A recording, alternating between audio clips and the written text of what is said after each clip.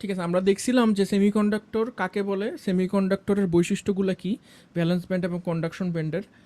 Outer লেয়ারে electron থাকার সঙ্গে এটা কি সেমিকন্ডাক্টর হবে নাকি মেটাল হবে নাকি ইনসুলেটর হবে, এটা আমরা কিভাবে বুঝি। এটার সাথে সাথে আমরা আরও দেখছিলাম যে সেমিকন্ডাক্টরকে আমরা মোটামুটি কয় ভাগে ভাগ করতে পারি। ইন্ট্রিনসিক সেমিকন্ডাক্টর কাকে বলে, এক্সট্রিনসিক সেমিকন্ডাক্টর কাকে বলে, এবং এক্সট্রিনসিক সেমিকন্ডাক্টরকে আমরা যে পরবর্তীতে পি টাইপ এবং এন টাইপ ক্লাসিফিকেশন কেমনে করি ওই জিনিসটা দেখছিলাম। প্রথম ক্লাস দেখি আমরা আসলে খুব বেশি কিছু একটা পড়িনি, জাস্ট একটা ওভারভিউর জন্য, আগেই হয়তো পড়ছেন এগুলি মনে করে দেওয়ার জন্য। আজকে আমরা ওইটার থেকে একটু সরে আসবো, আমরা অন্য একটা জিনিস দেখবো আজকে। আজকে আমরা যে জিনিসটা দেখবো স্যার এটা হলো আমাদের হ্যাঁ বলেন। পর্যায় সারণীর যে ইয়াটা ছিল টেবিলটা, ওটা কি আমাদের এখানে পড়তে হবে নাকি স্যার? না না না, এটা পড়তে হবে না। যে জায়গায় পড়তে হবে ওটা আমি বলে দিব আপনাদেরকে কোথায় পড়তে হবে, মানে কি কি কি কি মৌলের আউটার লেয়ারের ইলেকট্রনের বিন্যাস আপনার জানা লাগবে, ওটা আমি পরে যখন আমরা আবার যখন পড়বো ভ্যালেন্স ব্যান্ড কন্ডাকশন ব্যান্ড তখন আমি আপনাদেরকে বলে দেবো। তবে আজকে আমরা ওই জিনিসটা পড়বো না, আজকে আমরা খুবই ইন্টারেস্টিং একটা জিনিস পড়বো। সেই জিনিসটা হলো গিয়ে ক্রিস্টাল স্ট্রাকচার। যেহেতু আপনারা গত ক্লাসে আমাকে বলছেন যে আপনাদের ফিজিক্সে ক্রিস্টাল স্ট্রাকচার পড়ানো হয়নি, আমার যতদূর মনে আছে, তাই না? সো আজকে আমরা দেখবো যে ক্রিস্টাল স্ট্রাকচার কাকে বলে, ক্রিস্টাল স্ট্রাকচারকে আমরা কিভাবে বিভিন্ন প্লেনে ভাগ করতে পারি, এবং আমরা দেখব যে এই যে সিলিকন ওয়েফার, আমাদের যে মোবাইলের ভিতরে মাইক্রোচিপ থাকে, কম্পিউটারের ভিতরে যে সিপিইউ থাকে, এগুলো কিন্তু সবই সিলিকন দিয়ে তৈরি করা হয়। তো এই ইলেকট্রনিক্সগুলো কিভাবে তৈরি করা হয় সেই জিনিসটার আমরা একটা ব্রিফ ওভারভিউ দেখব। পরবর্তীতে আপনারা যদি ন্যানো ফেব্রিকেশন বা ভিএলএসআই কোর্স যদি নেন, ওখানে আপনি আরও ইন ডিটেলস শিখতে পারবেন। কিন্তু এখানে জাস্ট আপনাদেরকে এক ঝলক দেখানো হবে যে এটাও খুব ইন্টারেস্টিং একটা টপিক। সো চলেন আমরা ওইটা আজকে পড়া শুরু করি। তো আমার মনে হয় যে আজকের এটা পরীক্ষার জন্য যত না ইম্পর্ট্যান্ট, তার থেকে বেশি ইম্পর্ট্যান্ট হলে গিয়ে মানে ইন্টারেস্টিং এর দিক থেকে খুবই ইন্টারেস্টিং। মানে এই একটা লেকচার নেই মনে করেন, পুরো একটা সাবজেক্ট আছে আপনাদের সামনে, আপনারা চাইলে ওই সাবজেক্ট নিতে পারেন। আমার কাজ হলো গিয়ে আপনার ওই সাবজেক্টটা সম্পর্কে ইন্টারেস্টেড করানো। তো ক্রিস্টাল স্ট্রাকচার বলতে আমরা জেনারেলি কি বুঝি, আপনারা ক্রিস্টাল বলতে কি বুঝেন আমাকে একটু জাস্ট জানার জন্য যে আপনাদের কতটুকু ধারণা আছে, কেউ বলতে পারবেন? স্যার ক্রিস্টাল পড়ছিলাম, স্যার ক্রিস্টাল ক্রিস্টাল তো অসিলেটর বলছিলাম। ওয়াটার। আচ্ছা, ক্রিস্টাল যদি আমরা বলি, যদি বলি ক্রিস্টাল, সবার আগে কোন জিনিসটা মাথায় আসে, কিসের কথা মাথায় আসে? ত্রিকোণা আকৃতি স্যার। স্যার এটা আমার কেন জানি কি ক্রিস্টাল জানি কথাটা শুনলে শুধু মিশ্রির কথা মনে পড়ে, তাল মিশ্রি। স্যার আমি ও জানি না হ্যাঁ কেন স্যার, মনে হ্যাঁ। পড়ে, আমার মনে পড়ে আর কি, তাল মিশ্রির কথা মনে পড়ে শুধু। মানে ছোটবেলায় যখনই তাল মিশ্রি খাইতাম বা এই নিজেরাও যখন মিশ্রি বানাইতাম, তখন মানে সবাই বলতো যে এটা আসলে ক্রিস্টাল ক্রিস্টাল ক্রিস্টাল। তখন তো বুঝতাম না আসলে ভালো করে, তো ওই জিনিসটা মাথায় গেঁথে গেছে আর কি, যে মিশ্রি একটা ক্রিস্টাল। সো আমার ক্রিস্টাল শুনলে শুধু তাল মিশ্রির কথা মাথায় আসে। তা আপনাদের কার কি মাথায় আসে ক্রিস্টাল শুনলে?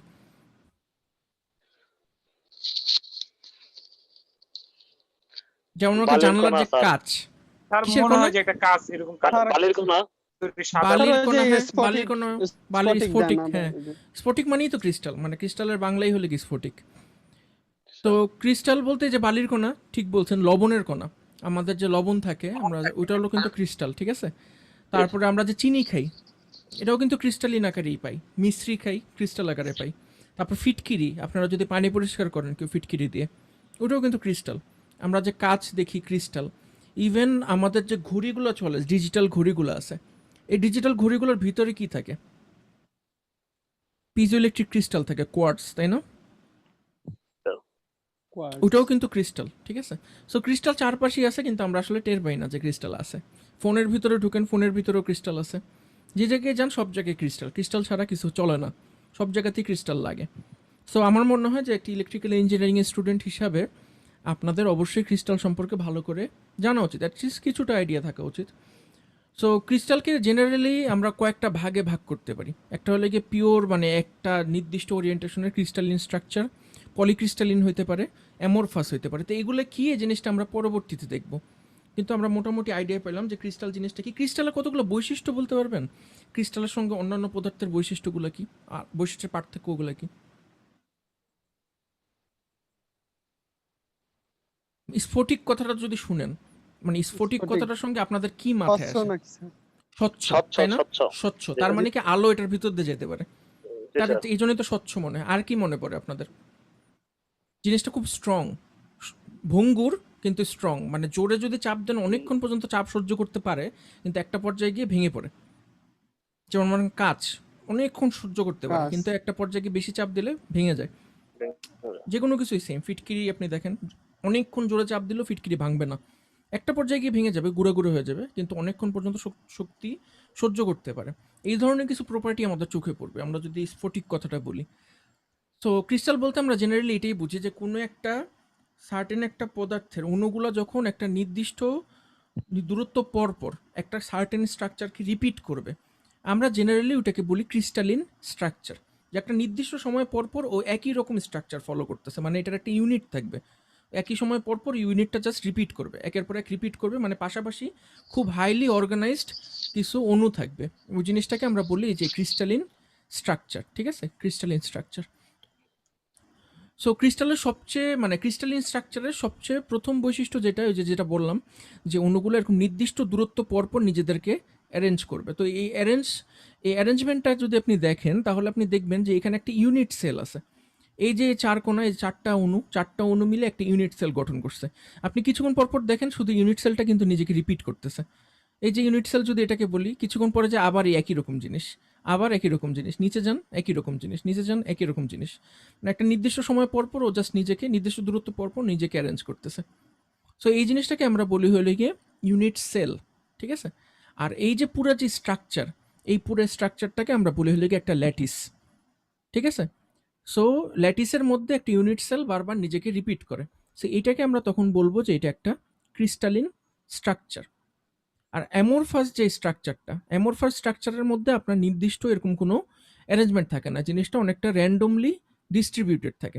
যেমন এই যে অ্যামোরফাস যে ক্রিস্টালিন স্ট্রাকচারটা আছে, অ্যামোরফাস ক্রিস্টাল যেটাকে বলি, এটার মধ্যে আপনার অণুগুলার মানে ইউনিট সেলগুলা সময় সময় পর পর নিজেদেরকে রিপিট করে না, একদম উল্টাপাল্টা র্যান্ডম একটা অ্যারেঞ্জমেন্টের মধ্যে আছে। যেমন দেখবেন যে আপনার কেউ যদি ফিটকিরি দেখে থাকেন, রিয়েল লাইফে ফিটকিরি যদি দেখে থাকেন, দেখবেন যে আপনারা যখন ফিটকিরিটা ভাঙেন, ফিটকিরিটা একদম সুন্দর চার কোণা বা তিন কোণা হয়ে কিন্তু ভাঙে না, এটার মধ্যে কিন্তু অনেকগুলো প্লেন থাকে, তাই না?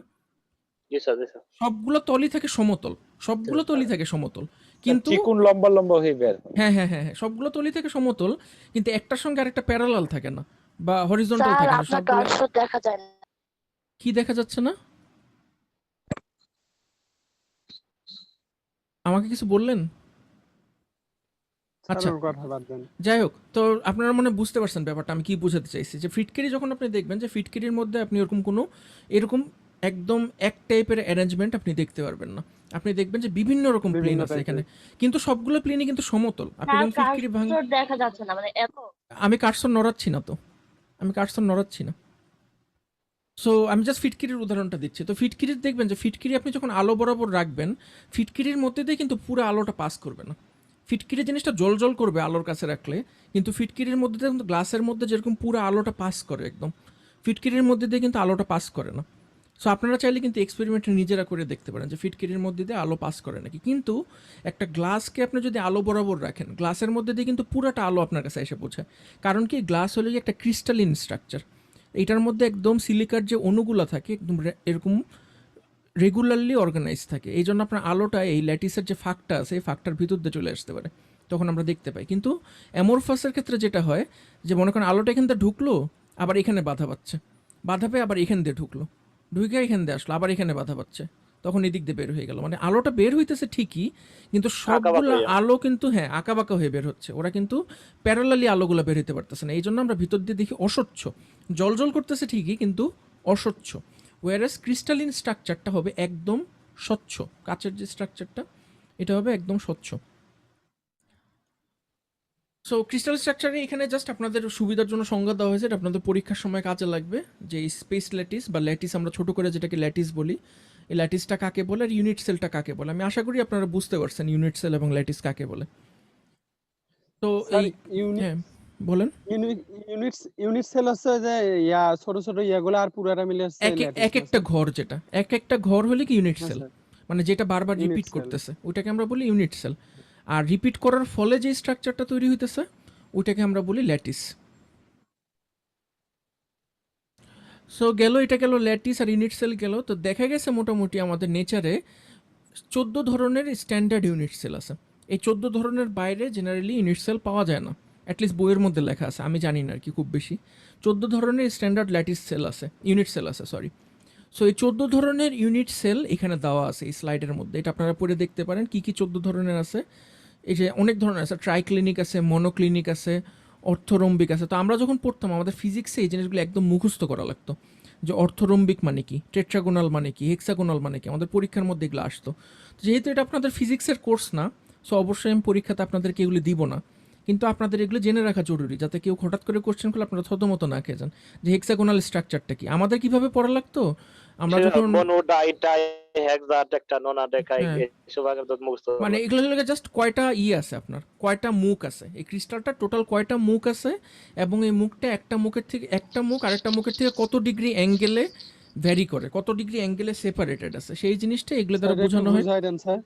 যেমন মনে করেন ট্রাইক্লিনিক, ঠিক আছে, ট্রাইক্লিনিকের ক্ষেত্রে এই যে শর্ত দেওয়া আছে যে A1 A2 A3 সমান হইতে হবে না, মানে হলে কি দৈর্ঘ্য, প্রস্থ এবং উচ্চতা এটা সমান হওয়ার কোনো প্রয়োজন নেই, বুঝতে পারছেন? কিন্তু আপনি যদি ইসের ক্ষেত্রে যান, এই কিউবিকের ক্ষেত্রে যান, কিউবিকের ক্ষেত্রে দেখবেন কি A1 A2 আর A3 সমান হইতে হবে। আমার কথাটা বুঝতে পারছেন? জি স্যার জি স্যার।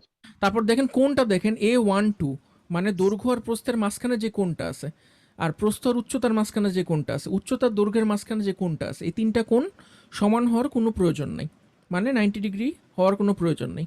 কিন্তু যদি কিউবিকের ক্ষেত্রে যান, কিউবিকের ক্ষেত্রে দেখবেন যে সবগুলো কোণ 90 ডিগ্রি হইতে হবে। এখন বুঝতে পারছেন কিছুটা? জি স্যার স্যার এই এখানে এরকম- হ্যাঁ, A12 বলুন। A23 এগুলা দিয়ে কি বুঝাইছে স্যার? 12 দিয়ে বুঝাইছে হলে কি A1 যদি হয় দৈর্ঘ্য আর A2 যদি হয় প্রস্থ, তাহলে দৈর্ঘ্য আর প্রস্থের মাঝখানে যে কোণটা, মানে দৈর্ঘ্য যদি আপনার হয় এক্স এক্সিসে আর প্রস্থ যদি হয় ওয়াই এক্সিসে, তাহলে এক্স এক্সিস আর ওয়াই এক্সিসের মাঝখানে যে কোণটা, সেই কোণটাকে বুঝাইছে। বুঝতে পারছেন? জি স্যার মনে করেন এটা হলে গিয়ে 1, এটা হলে গিয়ে 2, আর এটা হলে গিয়ে উপরেরটা হলে গিয়ে 3, আমি আঁকতে পারতেছি না, এইটা হলে গিয়ে 3, ঠিক আছে? তাহলে 1 আর 2 এর মাঝখানে যে কোণটা, এই যে এই কোণটা, এই যে এই কোণটা, এই যে এই কোণটা, এটা হলে কি আপনার A12। এখন বুঝছেন কোন, জি, মানে স্যার। এটা আসলে স্লাইডটা ভুল হয়েছে, যে বই থেকে কপি করছি এই বলটা বুঝছে, এখানে একটা কোণের চিহ্ন দিয়ে দিলে কিন্তু আরো সহজ হতো বুঝতে, তাই না? জি স্যার ঠিক আছে, আপনারা এটা মনে রাখেন। তো এটা কোণ, তো এইভাবে দেখবেন যে এই কয়টাই ভেরিয়েশন হইতে পারে, আসলে প্রকৃতিতে এর বেশি ভেরিয়েশন হইতে পারে না, হয়তো হওয়া সম্ভব ছিল কিন্তু প্রকৃতিতে হয় না, প্রকৃতিতে এই কয়টা ভেরিয়েশনই হয়। আর মোটামুটি এই কয়টা সিস্টেম থাকে, এই 7টা সিস্টেমই থাকে, ট্রাইক্লিনিক, মনোক্লিনিক, অর্থোরম্বিক, টেট্রাগোনাল, ট্রাইগোনাল, কিউবিক আর হেক্সাগোনাল, এই 7টা সিস্টেম আর এই 14টা ইউনিট সেল। এর এর বাইরে আমরা ক্রিস্টালিন স্ট্রাকচার পাই না, মোটামুটি এর মধ্যে ভেরি করে। তো আমাদের এগুলি মুখস্থ করা লাগতো, আমি আশা করব না যে আপনারা মুখস্থ করেন, কিন্তু অ্যাটলিস্ট আপনারা এই জিনিসটা জেনে রাখবেন যে কিউবিক মানে কি, ট্রাইক্লিনিক মানে কি, জাস্ট জেনে রাখবেন। আচ্ছা, এরপরে আমরা আসলাম হলো কি মেটালিক ক্রিস্টাল স্ট্রাকচার আর এই সেমিকন্ডাক্টরের ক্রিস্টাল স্ট্রাকচারের মধ্যে আমরা কিছু পার্থক্য দেখব, এটাও অত বেশি ইম্পর্টেন্ট না। তো মেটালিক ক্রিস্টাল স্ট্রাকচারটা জেনারেলি এই তিনটা ভাগে ভাগ করা যায়, মেটাল ক্রিস্টালগুলোকে এই তিনটা ভাগে ভাগ করা যায়। একটা হলো গিয়ে বডি সেন্টার্ড কিউবিক, এটা হলো কি যে বডি সেন্টার্ড কিউবিক। দেখেন বডি সেন্টার্ড কিউবিকটা মানে কি, আমরা যে আগে কিউবিকের উদাহরণটা দেখছিলাম যে প্রত্যেকটা বাহু সমান হবে, A1 সমান সমান A2 সমান সমান A3 প্লাস প্রত্যেকটা কোণ হবে কত, কিউবিক মানে প্রতিটা কোণ হবে 90 ডিগ্রি হবে স্যার। 90 ডিগ্রি, এক্স্যাক্টলি 90 ডিগ্রি হবে, এবং এটার বডিটা যেটা ইউনিট সেলটা, যেটা ইউনিট সেলটার মাঝখানে একটা অণু থাকবে, বুঝতে পারছেন? তো এটাকে আমরা বলি হলো কি বডি সেন্টার্ড স্ট্রাকচার।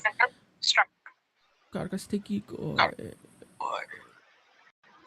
আচ্ছা, আরেকটা হতে পারে face centred structure. Face centred মানে কি প্রত্যেকটা ফেসে একটা করে অণু থাকবে, দেখছেন প্রত্যেকটা ফেসে একটা করে অণু থাকবে। আমাদের ফিজিক্সের কোর্সে করতো কি, দিয়ে মার্বেল দিয়ে বা বল দিয়ে এই স্ট্রাকচারগুলো বানায় নিয়ে আসতে বলতো, অ্যাসাইনমেন্ট দিত। তা আমরা এরকম বল আর টুথপিক দিয়ে এরকম স্ট্রাকচার বানায় নিয়ে আসতাম, মানে এক একটা গ্রুপ এক এক ধরনের কিউব বানায় নিয়ে আসবে, তারপরে সবাই সবারটা দেখতো আর কি, সবার স্ট্রাকচার দেখতো, তখন অনেক ক্লিয়ার হয়ে যেত। তো আপনাদের তো আর সেই সুযোগ নাই এখন অনলাইনে, তা আপনাদের একটু অনুমান করতে হবে আর কি। বুঝতে পারছেন সবাই বডি সেন্টার্ড ফেস সেন্টার্ড জিনিসটা কি? আরেকটা হইতে পারে লাগে হেক্সাগোনাল, এই যে একটু আগে যে হেক্সাগোনাল দেখলাম, এরকম হেক্সাগোনাল হইতে পারে। তো এই 3 ধরনের স্ট্রাকচারই মেটাল ক্রিস্টালের মধ্যে দেখা যায়, body centred cubic, face centred cubic আর hexagonal close packed crystal structure. এই যে হেক্সাগোনাল স্ট্রাকচারটা দেওয়া আছে, এই হেক্সাগোনাল স্ট্রাকচারটা থাকে হলে কি আপনার বেরিলিয়াম, ম্যাগনেসিয়াম আর জিঙ্কের মধ্যে। কারো কি কোনো কোশ্চেন আছে এখন পর্যন্ত? স্যার ওই চিত্রগুলো জানি কেমন লাগতেছে। সেটা তো একটু কেমনই, মানে 2D একটা পিকচার দেখে 3D একটা জিনিস কল্পনা করা তো অনেক কঠিন, তাই না? হেক্সাগোনালটার কথা ভুলে যান, হেক্সাগোনালটা অনেক কঠিন। এটা তো বুঝতে পারছেন, বডি সেন্টার্ড আর ফেস সেন্টার্ড। মনে করেন আপনার কাছে একটা বক্স আছে, ঠিক আছে? এই বক্সটার প্রত্যেকটা কোণা হইলে গিয়ে এক একটা করে অণু, ঠিক আছে? আপনার মনে করেন যে প্যাকেজ আসে দারাজ থেকে, যে প্যাকেজ আসে বা অন্য কোনো জিনিস কিনেন যেটার প্যাকেট থাকে, ওটার প্রত্যেকটা কোণার মধ্যে আপনি একটা করে অণু রাখবেন, আর বক্সটার ভিতরে আসলে গিয়ে একটা অণু। এই স্ট্রাকচারটা হলে কি বডি সেন্টার্ড। আর ফেস সেন্টার্ড কি, বডির ভিতরে কিছু থাকবে না, কিন্তু প্রত্যেকটা তলের প্রত্যেকটা ফেসের মাঝখানে একটা করে অণু থাকবে। কল্পনা করতে স্যার পারতেছেন? এই অণুগুলো স্যার কন্ডাক্টরের জি, স্যার। ভিতরের স্যার হ্যাঁ, বোঝা যাচ্ছে। কন্ডাক্টরের ভিতরে।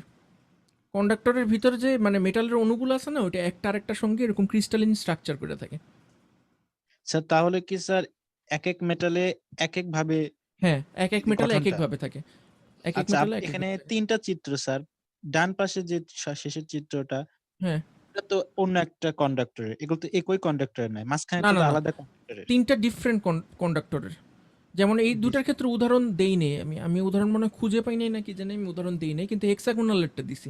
হেক্সাগোনালেরটা হলে কি বেরিলিয়াম, ম্যাগনেসিয়াম আর জিঙ্ক এটার মধ্যে থাকে আর কি। তবে আপনারা খুঁজে দেখতে পারেন যে কোনটার ক্ষেত্রে ইন্টারনেটে অ্যাভেলেবল, আপনারা চাইলেই খুঁজে দেখতে পারেন বিসিসি কোনটা, এফসিসি কোনটা। আচ্ছা স্যার ক্লিয়ার হলো। হ্যাঁ, ঠিক আছে। আর যদি ছবিটা যদি চিন্তা করতে মানে সমস্যা হয়, আপনারা ইউটিউবে ভিডিও দেখেন, ইউটিউবেও ফিজিক্সের অনেক সুন্দর সুন্দর ভিডিও আছে এটার, আপনারা একটু ইউটিউবে খুঁজে দেখেন এটা। এখন আমরা আসি হলে সেমি কন্ডাক্টরের ক্রিস্টাল স্ট্রাকচারে আসি। এতক্ষণ তো মেটালেরটা দেখলাম। সেমি কন্ডাক্টরের ক্রিস্টাল স্ট্রাকচারটা জেনারেলি ডায়মন্ড কিউবিক অথবা জিঙ্ক ব্লেন্ড স্ট্রাকচার থাকে। তো জিঙ্ক ব্লেন্ড স্ট্রাকচারটা আমি নিজেও শিওর না জিঙ্ক ব্লেন্ড স্ট্রাকচারটা এখানে একটা দেওয়া হয়েছে, কিন্তু এই ছবিটা দেখে আমি নিজে কল্পনা করতে পারিনি যে এটা কী জিনিস। এটা আমার কাছে মানে অনেক কঠিন মনে হয়েছে আর কি এই ছবিটা দেখে। আমি জানি না আপনাদের কাছে বুঝতে পারতেছেন নাকি এটা কীরকম। মানে এই যে কালো যেই ইগুলো দেখতেছেন আপনি, অনু। কালো যে অণুগুলো আছে, এই কালো অণুগুলো কোথায় আছে বলতে পারবেন? প্রত্যেকটা কর্নারে একটা করে কালো অণু আছে, তাই না? প্রত্যেকটা কর্নারে এই যে 1টা 2টা 3টা 4টা 5টা 6টা সবগুলো কর্নারে একটা করে কালো অণু আছে। আর কোথায় আছে? প্রত্যেকটা তলের ফেসের মধ্যে আছে। মানে এই যে ওই সাইডের যে তলটা আছে, এই তলটার মানে এই যে এই সাইডের যে তলটা আছে, এই পৃষ্ঠটার একদম মাঝখানে একটা আছে, এই যে এটা। মানে সরভুজের মতো হয়েছে স্যার। হ্যাঁ। তারপর দেখবেন যে মানে বক্সের টোটাল কয়টা থাকে, মুখ থাকে, ফেস থাকে কয়টা একটা বক্সের? ছয়টা। ছয়টা থাকে, তাই না? ছয়টাই তো থাকে স্যার। ছয়টা। প্রত্যেক ছয়টার মধ্যে প্রত্যেকটাতে একটা করে মাঝখানে একটা করে দেখতে পারতেছেন? হ্যাঁ, তারপরে স্যার। এই যে এইটারটা যদি ধরি, একদম যদি একবার ডান সাইডের তলটা যদি ধরি, তাহলে এটার মাঝখানে হলে কি এই যে এটা দেখতে পারছেন? আর ওই সাইডেরটা যদি দেখি, অপর সাইডেরটা, তাহলে এটার এখানে হলে কি এই যে এটা, বুঝতে পারছেন? সো এরকম কালোগুলো হলে কি আপনার কর্নারে আর একদম তলে। আর এই যে গ্রে কালারের যেগুলো দেখতে পারতেছেন, গ্রে কালারের গুলো হলে কি আপনার বক্সের ভিতরে। বক্সের ভিতরে টোটাল কয়টা? 1টা 2টা 3টা 4টা। একটু মাথা স্যার ঘুরে ওখানে যায়।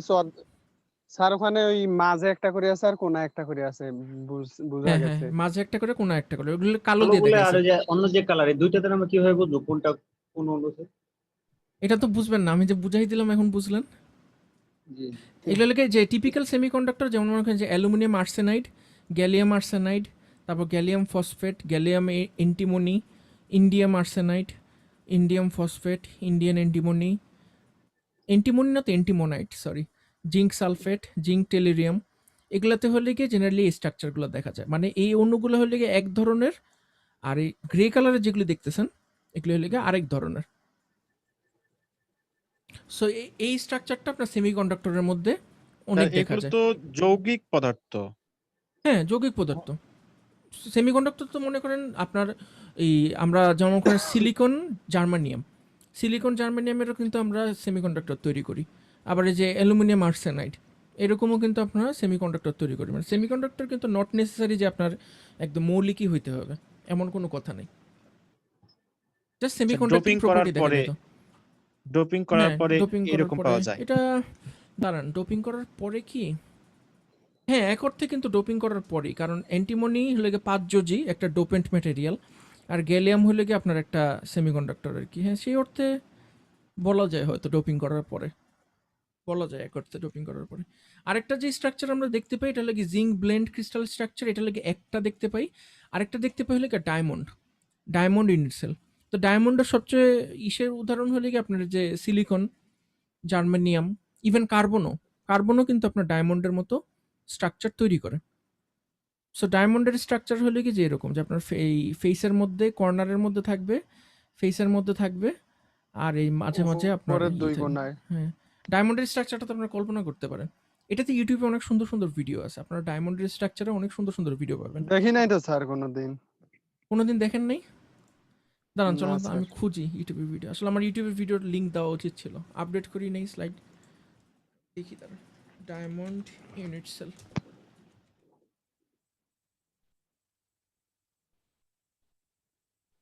ছোট ভিডিও, হ্যাঁ পাইছি, শেয়ার করতেছি তারা।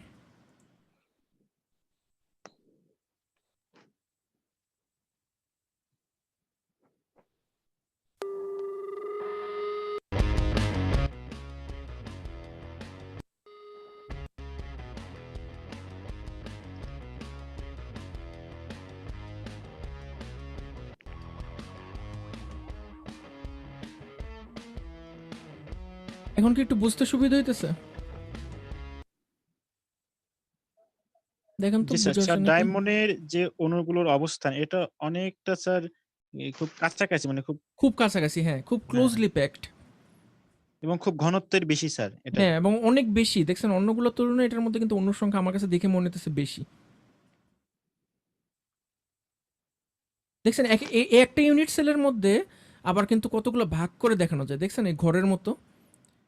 So, একটা ঘর যদি আপনি চিন্তা করেন, তো এই ঘরের মধ্যে এই 1টা 2টা 3টা 4টা, এই 4 জন কিন্তু এই মাঝখানেরটার সঙ্গে কানেক্টেড। দেখতে পাচ্ছেন? মানে এই ইউনিট সেলটাকেও, ইউনিট সেলটাকেও কিন্তু আমরা চাইলে মানে একটা কতগুলো ঘরের মতো করে সাজাতে পারি। এই যে দেখছেন না, 1টা 2টা 3টা 4টা, এটা কিন্তু আবার এটার সঙ্গে কানেক্টেড, সবগুলোই কিন্তু এটার সাথে কানেক্টেড।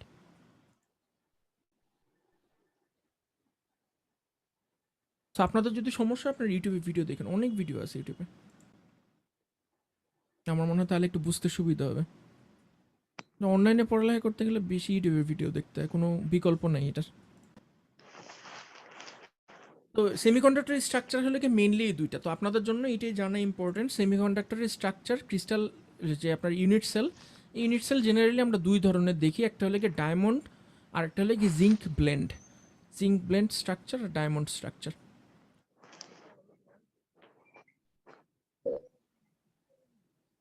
এখন আমরা যে জিনিসটা দেখব, এই জিনিসটা হলে কি ইম্পর্টেন্ট, এবং এটার অঙ্ক আপনাদের পরীক্ষাতে থাকবে। আমি আগের থেকেই বলে দিচ্ছি যে এটার অঙ্ক পরীক্ষাতে থাকবে।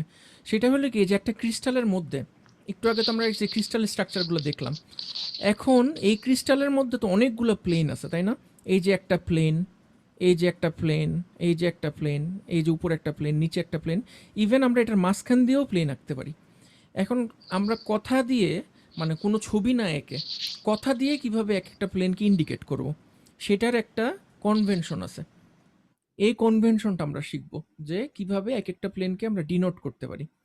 ঠিক আছে? তো এই প্লেনটাকে ডিনোট করার জন্য একটা স্পেশাল ইন্ডেক্স সিস্টেম ইউজ করা হয়। ওই ইন্ডেক্স সিস্টেমটার নাম হলো কি মিলার ইন্ডেক্স। ঠিক আছে? এই জিনিসটাকে বলা হয় কি মিলার ইন্ডেক্স। তা আমি আজকে আপনাদেরকে শিখাবো যে মিলার ইন্ডেক্স কিভাবে ক্যালকুলেট করতে হয়। তো মিলার ইন্ডেক্স ক্যালকুলেট করার প্রথম যে ধাপটা, সেই প্রথম ধাপটা হলে কি আপনাকে এক্স ওয়াই জেড এই 3টে অ্যাক্সিস আগে জানতে হবে। এই যে মনে করেন এরকম একটা ইউনিট সেল আছে, এই ইউনিট সেলের মধ্যে এক্স অ্যাক্সিস কোনটা, ওয়াই অ্যাক্সিস কোনটা, জেড অ্যাক্সিস কোনটা, এটা আপনাকে জানতে হবে। এটা হলো কি 1 নম্বর ধাপ। 2 নম্বর ধাপ হলে কি আপনাকে দেখতে হবে আপনি যেই প্লেনটা আঁকতেছেন, মনে করেন এইটা একটা প্লেন, ঠিক আছে? ক্রিস্টালের মাঝখানে এটা একটা প্লেন। এই প্লেনটা এক্স অ্যাক্সিসকে কোন পয়েন্টে ছেদ করতেছে, ওয়াই অ্যাক্সিসে কোন পয়েন্টকে ছেদ করতেছে, আর জেড অ্যাক্সিসকে কোন পয়েন্টে ছেদ করতেছে, ওটার মান আপনাকে বের করতে হবে। যেমন মনে করেন আমরা ধরলাম যে এটা হলে গিয়ে আমাদের এক্স, এই দিকটা হলে কি আমাদের এক্স, এই দিকটাকে ধরলাম আমরা ওয়াই, আর এই দিকটাকে আমরা ধরলাম হলে গিয়ে জেড, ঠিক আছে? আর এই পয়েন্টটা হলে কি আমাদের জিরো, মাঝখানের পয়েন্টটা হলে কি আমাদের জিরো। এখন এটা যদি আমরা একটা ধরলাম যে এই জিনিসটা একটা কিউব, ঠিক আছে? এই কিউবের প্রতি বাহুর দৈর্ঘ্য 1, প্রতি বাহুর দৈর্ঘ্য আমরা ধরে নিলাম 1, কোনো সমস্যা নেই, ধরলাম 1। তাহলে আমাকে বলতে পারবেন যে এই যে প্লেনটা, এই যে প্লেনটা আমি আঁকাইলাম, এই প্লেনটা এক্স অ্যাক্সিসকে কোন পয়েন্টে ছেদ করছে বলেন তো?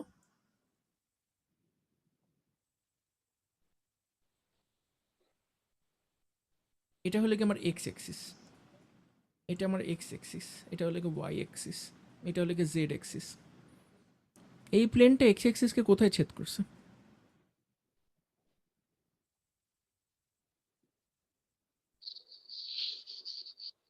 এখন তো ক্লাস, ক্লাসের মধ্যে কোনো স্যার ভুল এক্সিস হবে গুলো না। আবার একটু দেখান, আরেকবার।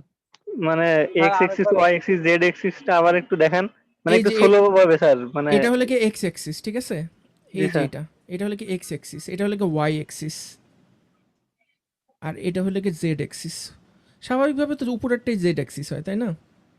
এটা হলো কি জেড অ্যাক্সিস, এটা হলো কি ওয়াই অ্যাক্সিস, আমার কলমটা যেদিকে যাইতেছে। তাহলে এই যে প্লেনটা আমি আঁকলাম, এই প্লেনটাকে আপনারা কল্পনা করতে পারতেছেন? মানে একটা বক্সের মধ্যে আড়াআড়ি করে একটা প্লেন আছে। এই প্লেনটা জি স্যার। এক্স অ্যাক্সিসকে কোথায় ছেদ করছে? এক্স অ্যাক্সিস কে কোথায়? কোনো ভুল উত্তর নেই, আপনারা ফ্রিলি আমার সঙ্গে বলতে পারেন, কোনো ভুল নেই এখানে। স্যার এক্স অ্যাক্সিস থেকে সেট তো করেই নাই মনে হয়। এক্স্যাক্টলি, মাস- এক্স অ্যাক্সিসে তো ছেদ করেই নেই, করছে কোথাও ছেদ? আমি তো দেখতে পারতেছি না। এটা ছেদ যদি করেই এক্স নাই, অ্যাক্সিস দেখুন। হয়, না স্যার, ওয়াই আর জেড কে সেট করছে। হ্যাঁ হ্যাঁ, ঠিক করা বলছি। তাহলে যায়। এক্স এর মান 0, জিরো। ওয়াই এ কোথায় ছেদ করছে? Zero। ধরলাম এটা হলে কি 1, মানে বলে দিছি না যে প্রতিটা বাহুর দৈর্ঘ্য হলে কি 1 করে। তাহলে মোটামুটি কোথায় ছেদ করছে? ধরলাম মোটামুটি মাঝামাঝি ছেদ হাফ করছে, হাফ, 0.5 হাফ হাফ ধরলাম। ধরতে পারি। আর জেড কে, জেড Set। 1 জেড কেও কিন্তু করে নাই। জেড কে কি করছে কোথাও টাচ?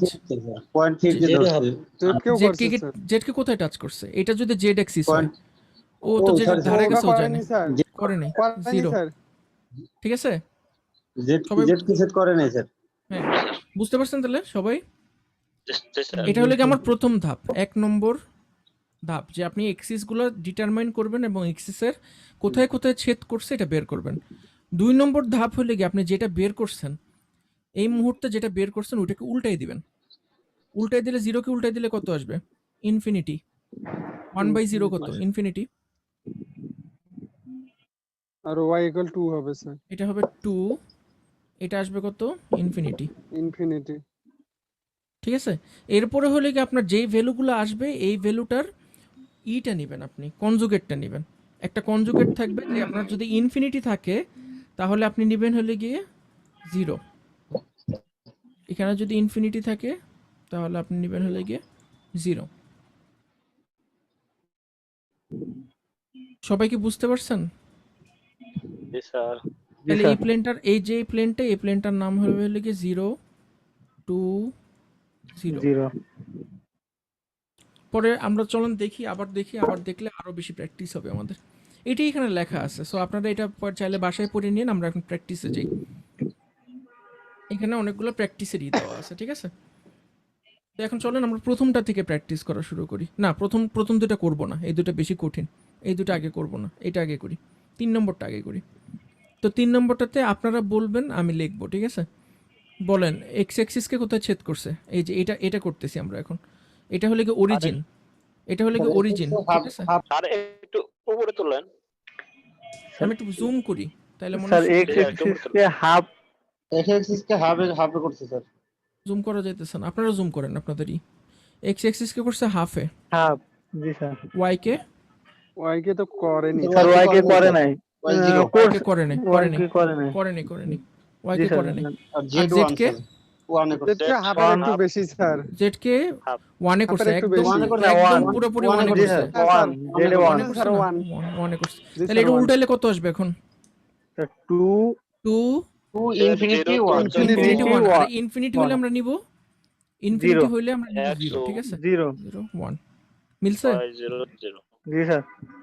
এবার চলেন এটা করি। এটাতে অরিজিন হলে কি এখানে হলে কি অরিজিন 0, ঠিক আছে? এখানে হলে কি 0 সবুজ, এই যে দেখেন লেখা আছে green circles show where the origin have been placed, মানে যেখানে গ্রিন ডটটা আছে ওই জায়গাটা হলে কি আমার 0। তাহলে এখানে x কত, এটার ক্ষেত্রে x কত, আবার একটু কম স্যার। হাফই ধরলাম, পরীক্ষার সময় তো আর হাফের কম ধরতে পারবে না, হাফই ধরলাম। আর y 1 Y1 Y1 Z half, তাহলে আসবে কত 2 1 2, তাই না? জি স্যার, এই যে দেখছেন মিলছে। জি স্যার। এখন এগুলো একটু কঠিন, কেন এটা কঠিন, কারণ এখানে সবুজ ডটটা কোথায়, এই জায়গায়, তার মানে এই জায়গাটা হলে কি 0 আর এটা নিচে হলে গিয়ে মাইনাস, বুঝতে পারছেন? এই জায়গার উপরে হলে গিয়ে জেড প্লাস আর নিচে হলে গিয়ে মাইনাস, তার মানে এটার এক্স অ্যাক্সিস হলে গিয়ে এই জায়গায় আর ওয়াই অ্যাক্সিস হলে গিয়ে এই জায়গায়, বুঝতে পারছেন? জি স্যার। এটার এই জায়গায় হলে গিয়ে এক্স আর এই জায়গায় হলে গিয়ে ওয়াই। তাহলে চলেন এটার জন্য আমরা অঙ্কটা করি। এক্স কে কোথায় ছেদ করছে? জিরোতে। 0-তে ছেদ করেই নেই, বা আপনারা তো অনেক করেই ভালো নাই, জি পারতেছেন। স্যার। ওয়াই কে 1 1-এ Y কে 1 এ, আর জেড কে জেড কে মাইনাস Z কে স্যার -1 এ। এক্স্যাক্টলি। বাহ, আপনারা তো অনেক ফাস্ট অন্যান্য ব্যাচের তুলনায়। এই জিনিসটা বুঝাইতে আমার যেই সময় লাগছে একটা ব্যাচে। জেড সমান সমান আসছে লেগে -1, তাই না? তাহলে এখন আমরা উল্টাবো, উল্টাইলে 0 কে উল্টালে আসবে ইনফিনিটি আর ইনফিনিটিকে ধরবো আমরা 0, ঠিক আছে? 1 কে উল্টালে আসবে 1, 1 -1 কে উল্টালে আসবে -1। কিন্তু এখানে যে জিনিসটা যে -1 আর +1 এখানে একই জিনিসই মিন করে, আমরা এই মাইনাসটা আর লিখবো না, না লিখে এটার উপরে একটা দাগ দিব, বার ঠিক আছে? তাহলে এটা আসবে হলে আমার 0 1 1 আর 1 এর উপরে বার, মানে 1টা নেগেটিভ এক্সিসে আছে, এই জন্য আমরা নেগেটিভ না দিয়ে উপরে একটা বার দিব। মিলছে? জি স্যার। এটা নিজেরা পারবেন তাইলে? তো এই অঙ্কটা আমি আপনাদেরকে পরীক্ষায় দিব এবং ভাইভাতেও জিজ্ঞেস করব। তা আপনারা এই বইয়ের মধ্যে অনেক অঙ্ক করে দেওয়া আছে এরকম, আপনারা জাস্ট মজার জন্য হইলেও 2-3 অঙ্ক করেন, কারণ মজাই কিন্তু এই অঙ্কগুলো বেশ মজা। স্যার প্রথমে যেটা বের করবে তারপরে উল্টাবো, তারপরে হচ্ছে কনজুগেট করে যেটা আসবে যদি ইনফিনিটি আসে তাহলে ইনফিনিটির ই করে 0 নেবেন, ইনফিনিটি থাকলে 0 নেবেন, এটাই হলো ট্রিক। কনজুগেট, হুম, ইনফিনিটির কনজুগেট 0 নিব স্যার। 0 নেবেন, হ্যাঁ ঠিক আছে। আর কিছু কি বাদ দিছি না? সব ঠিক আছে।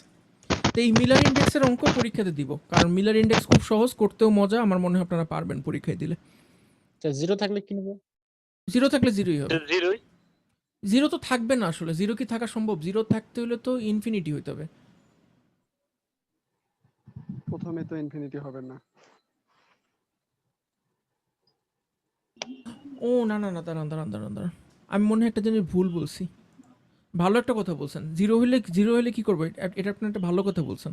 দাঁড়ান দাঁড়ান দাঁড়ান, আবার দেখি, চলেন এটাতে দেখি, আবার এই জিনিসটা নিয়ে আবার করি। এখানে আমরা দেখছি যে এক্স কে এখানে টাচ করছে হলে গিয়ে মাইনাস এক্স কে হাফ টাচ করছে, ওয়াই কে টাচ করছে কোথায়? ওয়াই কে টাচ করে নাই, তাই না? করে নাই। করে নাই স্যার। ওয়াই কে টাচ করে নাই, ওয়াই কে টাচ করে নাই মানে আমরা এই জিনিসটাকে ধরবো হলে গিয়ে তখন ইনফিনিটি। ওয়াই কে ইনফিনিটিতে যে টাচ করছে, ওয়াই কে টাচ করে নাই, ওয়াই কে টাচ করে নাই মানে ওয়াই কে 0তেও তো টাচ করে না, ওয়াই এর 0তেও টাচ করে না, ওয়াই কে কোথাও টাচ করে না। এটা তার মানে আমরা ওয়াই সমান সমান তখন ধরে নিব ইনফিনিটি। বুঝতে পারছেন এখন? মানে আমি গুলাই ফেলছিলাম, আমি ভুল বলছিলাম এতক্ষণ। মানে কোনো কিছুকে যদি টাচ না করে তাহলে তো মানে ইনফিনিটি, তাহলে ইনফিনিটি। আচ্ছা। কারণ আমি যদি বলি যে ওয়াই কে 0তে টাচ করছে, তার মানে তো ওয়াই কে 0 পয়েন্টে টাচ করছে, কিন্তু আসলে তো টাচ করে নাই, ওয়াই কে তো 0 পয়েন্টে টাচ করে নাই। আমার কথাটা কি বুঝতে পারছেন? সরি, আমি পুরো গুলাই ফেলছি। টাচ না করলে ইনফিনিটি। স্যার এখন কি টাচ না করলে ইনফিনিটি, তারপরে জেড কে টাচ করছে লাগে 1। এখন এটাকে যদি আমরা উল্টাই তাহলে পাবো 2, আর ইনফিনিটিকে যদি উল্টাই, ইনফিনিটিকে উল্টাইলে আমরা ইনফিনিটি কনজুগেট পাবো হলে 0, আর এটাকে উল্টাইলে পাবো 1। এখন মিলছে না? এখন আর কোনো গাজা করে বিশ্বাস করার দরকার নেই, এখন এমনিতেই মিলবে আপনার। স্যার 2 নম্বর সূত্রটা আরেকবার স্যার, বললে কোথাও টাচ না করলে সেটা ইনফিনিটি হবে। হ্যাঁ, মনে করেন এটা একটা এক্স ওয়াই প্লেন, এটা হলে গিয়ে ওয়াই আর এটা হলে গিয়ে এক্স, দুইটা প্লেন আছে আপনার কাছে। এটা হলে গিয়ে এক্স এক্সিস আর ওয়াই এক্সিস। মনে করেন আপনার এক্সপোনেনশিয়ালের যে কার্ভটা, আমরা কার্ভটা কি এইভাবে, এক্সপোনেনশিয়ালের কার্ভটা কি কখনো এক্স কে টাচ করে? আপনারা জানেন যে এক্সপোনেনশিয়ালের কার্ভটা এক্স কে টাচ করে নাকি? কখনো টাচ করে না। এই জন্য আমরা কি বলি যে এটা ইনফিনিটিতে যে টাচ করবে, এটা কখনোই টাচ করবে না, এটা ইনফিনিটি পর্যন্ত চলতেই থাকবে, এটা কখনো 0 হবে না, এটা এক্স কে কখনো টাচ করবে না। এই জিনিসটার নাম হলো কি অ্যাসিমটোট। আপনারা মনে হয় ম্যাথে পড়ছেন এই জিনিসটা, অ্যাসিমটোট বলে এটারে। কখনো টাচ না করলে আমরা বলি এটা ইনফিনিটিতে যা ছেদ করছে। সো কোথাও যদি না ছেদ করে তার মানে তখন আমরা ওইটার ভ্যালু ধরে নেব ইনফিনিটি, আর ইনফিনিটিকে উল্টাইলে তখন আমরা পাবো 0। সরি, আমি একদম গুলাই ফেলছিলাম। এখন বুঝতে পারছেন আপনারা? ঠিক আছে, ঠিক এবার আছে। Clear sir. আপনারা প্র্যাকটিস করবেন, স্যার। কোনো সমস্যা হলে আমারে বলবেন। হ্যাঁ বলেন। স্যার 2 নম্বর চিত্রটা আরেকবার একটু বললে ভালো হতো। এটা হ্যাঁ স্যার। এটা হলে কি এইখানে হলে কি অরিজিনটা প্লেস করছে সবুজ দাগটা যেখানে, তার মানে এই পয়েন্টে হলে কি সবকিছু জিরো, এক্স এর মানও জিরো, ওয়াই এর মানও জিরো, জেড এর মানও জিরো। তো এখানে এখানে এই এক্সটা বুঝতে পারছি স্যার, এবার বুঝতে পারছি। এক্সটা তো তাহলে স্যার এবার বুঝতে পারছি স্যার। এবার বুঝতে পারছেন ইনফিনিটি, তাহলে? স্যার এখানে এক্সটা তো ইনফিনিটি করছে তাহলে। হ্যাঁ, এক্সটা পড়ছে ইনফিনিটি, এক্স এর মান পড়ছে হলে গিয়ে আমার ইনফিনিটি, ওয়াই এর মান পড়ছে হলে গিয়ে ওয়াই One. হলে গিয়ে এখানে ওয়াই এর মান পড়ছে Minus. 1। ঠিক আছে, থ্যাংক ইউ। One জেড এর মান minus পড়ছে হলে গিয়ে -1। -1 এই জন্য উল্টাইলে আমরা এটা পাইছি 0, এটা পাইছি 1, আর এটা পাইছি 1 বার। আমরা স্যার অরিজিনটা ওই মাঝখানে আগের মতো, এই জন্য একটু সমস্যা হয়ে হ্যাঁ গেছিল। হ্যাঁ ঠিক আছে। আপনার কোনো প্রবলেম থাকলে বলবেন, কারণ আমিও এরকম গুলাই ফেলে মাঝে মাঝে ভুলভাল বলি, এই জন্য আপনারা এরকম ধরে দিচ্ছেন, এই জন্য থ্যাংক ইউ। আচ্ছা ঠিক আছে, এখানে এটাই লেখা হয়েছে যে আপনার এই প্লেনের ক্ষেত্রে নেগেটিভ পজিটিভ ইকুইভ্যালেন্ট, এই জন্য আমরা নেগেটিভ পজিটিভে একই ভ্যালু ধরি, কিন্তু যখন নেগেটিভে চলে যায় তখন উপরে শুধু একটা বার বসাই। ঠিক আছে, এই জিনিসটা আপনারা অলরেডি জেনে গেছেন। এখন আমরা যে জিনিসটা দেখবো যে এই যে ক্রিস্টাল স্ট্রাকচার যেটা আছে, এই ক্রিস্টাল স্ট্রাকচারটা আমরা এতক্ষণ আগের যে পর্যন্ত যেটা চিত্র- পড়লাম। হ্যাঁ বলেন। স্যার আগের চিত্রটা একটু মাত্র যে দুই পাশে যে নেগেটিভ পজিটিভ দুটো একটা চিত্র মানে দেখা যাচ্ছে। এক্স হলে কি এই সাইডে পজিটিভ, ওয়াই হলে কি এই সাইডে পজিটিভ, আর জেড হলে কি এখানে পজিটিভ, কিন্তু এই ক্রিস্টালটার একটা প্লেন পড়ছে হলে কি ওয়াই এর নেগেটিভ এক্সিসে। ওয়াই এর নেগেটিভ এক্সিসে থাকা মানে যেই কথা, পজিটিভ এক্সিসে থাকা মানেও একই কথা, মানে ভ্যালু একই আসবে, শুধু নেগেটিভ যেটাতে থাকবে ওটার উপরে আমরা একটা বার দিব। আচ্ছা। ঠিক আছে, তো ক্রিস্টাল যে স্ট্রাকচারটা আমরা দেখলাম, এই ক্রিস্টাল স্ট্রাকচারটা অনেক রেগুলার, মানে এরকম ইউনিট সেল থাকবে, একটার পর একটা ইউনিট সেল বসে বসে বড় একটা ক্রিস্টাল গ্রো করতে পারি আমরা চাইলে। কিন্তু সমস্যা যেটা হয়, যখন আমরা ক্রিস্টাল বানাইতে চাই, ক্রিস্টাল কিন্তু কখনো এরকম এরকম পারফেক্ট হয় না। এরকম পারফেক্ট ক্রিস্টাল আপনি বানাতে পারবেন না, আপনি যত বড় ল্যাবরেটরির ফ্যাসিলিটিতে যান, যাই করেন নাই করেন, এত পারফেক্ট ক্রিস্টাল তৈরি করা সম্ভব কিছুতেই হয় না। ক্রিস্টালের মধ্যে আপনার ডিফেক্ট থাকেই, মানে পারফেক্ট বলে তো ন্যাচারাল কোনো কিছু নাই, সব কিছুর মধ্যে আপনার ডিফেক্ট থাকে। তো ক্রিস্টালের মধ্যে আপনার এরকম অনেক ধরনের ডিফেক্ট থাকে, মানে মনে করেন এরকম আমরা কিছুক্ষণ আগে যে দেখলাম যে এরকম একটা অর্ডার্ড একটা ফ্যাশনে থাকার কথা, এরকম থাকার কথা একটা ল্যাটিস। ঠিক আছে, মনে করেন কার এখান থেকে শব্দ আসতেছে, মনে করেন এই ল্যাটিস স্ট্রাকচারের মধ্যে সব কিছু আছে, শুধুমাত্র এই যে পরমাণুটা, এই পরমাণুটা নাই। পুরো ক্রিস্টালের মধ্যে এই জায়গাতে একটা পরমাণু নেই, এরকম একটা ডিফেক্ট হইতে পারে। আবার এমন হইতে পারে কি যে একটা লাইন ধরে পরমাণুগুলো নেই, বা এখানে মনে করেন একটা পরমাণু বেশি আছে, এই মাঝখানে একটা পরমাণু বেশি আছে, বা লাইন ধরে বেশি আছে, এরকম কিন্তু হইতে পারে, ডিফেক্ট থাকতেই পারে এবং থাকবে। ক্রিস্টালের মধ্যে আপনার ডিফেক্ট থাকবে, ক্রিস্টাল পারফেক্ট হয় না কখনো। তো ক্রিস্টাল ডিফেক্টটা কি? হ্যাঁ বলেন। পরমাণু যে থাকবে না স্যার, এটা মানে যদি মাঝখানে থাকে, দুই পাশে যদি না থাকে, এমনটা হবে না? মাঝখানে আছে কিন্তু দুই পাশে নাই, হ্যাঁ হতেই এমনটা পারে, কি মানে হবে স্যার? তখন পাশাপাশি দুইটা ডিফেক্ট আছে, মানে একটা না থাকা মানে তো একটা ডিফেক্ট, দুইটা না থাকা মানে তখন দুইটা ডিফেক্ট হবে, মানে দুইটা ডিফেক্ট আছে টোটাল। সো এরকম ডিফেক্ট আপনার থাকবেই, ক্রিস্টালের মধ্যে অবশ্যই থাকবে। ক্রিস্টালের মধ্যে ডিফেক্ট আছে দেখেই কিন্তু আমরা ক্রিস্টালকে ভাঙতে পারি। যে আপনারা কখনো দেখছেন যে কাঁচ কিভাবে কাটে? কাঁচ কাটা দেখছেন কখনো? হীরা দিয়ে। জি স্যার। হ্যাঁ, একটা খুব যে ডায়মন্ড নাইফ থাকে, বলা হয় যে হীরার ছুরি। জি স্যার, আসলে তো হীরা হীরা থাকে দিয়ে না, কাটে এটা। আসলে তো হীরা থাকে না, আসলে থাকে হলে টাংস্টেন, আসলে আচ্ছা, থাকে ওটা কি হলে টাইলস কাটার জন্য ইউজ করা হয়? হ্যাঁ হ্যাঁ হ্যাঁ টাইলস হ্যাঁ, টাইলস কাটার জন্য ইউজ করা হয়। যখন আপনার সিরামিকের টাইলস করে, এখন মনে হয় টাইলস কাটার জন্য কেউ এটা ইউজ করে না, এখন তো সবাই যে ইউজ করে। তবে কাঁচ কাটার জন্য যেটা ইউজ করে ওটা বলে যে হীরা ইউজ করে, আসলে কিন্তু ওটা হীরা না, আসলে হলো কি ওটা টাংস্টেন বা খুব শক্ত ধাতু ইউজ করা হয়, যেটার আপনার কাচের উপর স্ক্র্যাচ ফেলতে পারে। আপনি যদি নর্মাল লোহা ইউজ করেন, লোহা কিন্তু খুব নরম, লোহা কিন্তু জেনারেলি ভালো কাচের উপর স্ক্র্যাচ ফেলতে পারে না। আপনাদের যে মোবাইল আছে, মোবাইলের যে কাচ ইউজ করেন, এটা আপনারা যদি কয়েন টয়েনের সঙ্গে রেখে দেন পকেটে, মোবাইলে কিন্তু সহজেই স্ক্র্যাচ পড়ে না। মোবাইলে মেনলি স্ক্র্যাচ পড়ে কেন জানেন? কেউ কি বলতে পারবেন মোবাইলে মেনলি স্ক্র্যাচ পড়ে কেন? না স্যার। মোবাইলে স্ক্র্যাচ পড়ে আপনার পকেটে বালু থাকার কারণে। আমরা যেহেতু ঢাকাতে থাকি, বা মানে আমাদের চারপাশে বালু অনেক বেশি, বালুর বেশিরভাগই তো আপনার সিলিকা, তাই না? তো আপনার পকেটের মধ্যেও কিন্তু প্রচুর পরিমাণে সিলিকা জমে। কেউ কক্সবাজারে যদি যান, যদি কাপড় ধুইতে দেন, দেখবেন যে পকেট ভর্তি হলে গিয়ে বালু। তো এমনি তো আমাদের ওভার দ্য টাইম কিন্তু আমাদের পকেটের মধ্যে কন্টিনিউয়াসলি বালু জমে। তো ওই বালুটার কারণেই মেনলি আপনার মোবাইলে স্ক্র্যাচ পড়ে, কারণ সিলিকার যে হার্ডনেস লেভেল, এটা আপনার মোবাইলের কাচের লেভেলের থেকে বেশি। শিরীষ কাগজ যেরকম, শিরীষ কাগজের মধ্যেও কিন্তু এক ধরনের অক্সাইড ইউজ করা হয়, অ্যালুমিনিয়াম অক্সাইড বলেন বা অন্য কোনো একটা অক্সাইড ইউজ করা হয় শিরীষ কাগজের মধ্যে। ওগুলো আপনার মোবাইলের কাচের মধ্যে স্ক্র্যাচ ফেলতে পারে, কিন্তু নর্মাল যে লোহা আছে, তামা আছে, এগুলো দিয়ে কিন্তু মোবাইলে স্ক্র্যাচ পড়ে না। তো আপনার ওই কাচ কাটার জন্য যে জিনিসটা ইউজ করা হয় ওইটা জেনারেলি ইউজ করা হয় আমি যতদূর জানি টাংস্টেন। টাংস্টেন হলে কি যে আগেকার দিনে আমরা ইউজ করতাম না, বাল্ব ইউজ করতাম না, হলুদ রঙের আলো দিত যে, ওই বাল্বের যে ফিলামেন্টটা ছিল ওই ফিলামেন্টটা কিন্তু টাংস্টেনের। টাংস্টেন অনেক হার্ড একটা ম্যাটেরিয়াল, খুবই শক্ত একটা ম্যাটেরিয়াল, মানে অনেক ভারী। তো ওই টাংস্টেনটা আপনার গ্লাসের মধ্যে স্ক্র্যাচ ফেলতে পারে। তো গ্লাস যখন কাটে তখন করে কি যে বড় একটা লাইন টানে, লম্বা একটা লাইন টানে গ্লাসের মধ্যে, টাইনে করে কি জাস্ট গ্লাসের একটা কোণায় ওই টাংস্টেন দিয়ে বারবার স্ক্র্যাচ করতে থাকে, একটা কোণার মধ্যে বারবার প্রেশার দিতে থাকে, পুরো গ্লাসে না কিন্তু গ্লাসের একটা কোণার মধ্যে প্রেশার দিতে থাকে। প্রেশার দিলে হয় কি একদম লাইন বরাবর গ্লাসটা কেটে যায় অটোমেটিক। দেখছেন কখনো এই জিনিসটা? স্যার কাটা দেখছি স্যার। আমি কি নিজে করতাম, আমি তো এই ফেব্রিকেশন ফ্যাসিলিটিতে কাজ করতাম এমফিলের সময়। তা আমি ওয়েফার কাটতাম, সিলিকন ওয়েফ, মানে ইলেকট্রনিক্স তৈরি করার সময় আমাদের তো সিলিকনের ওয়েফার প্রিপেয়ার করা লাগে, চিপ প্রিপেয়ার করা লাগে।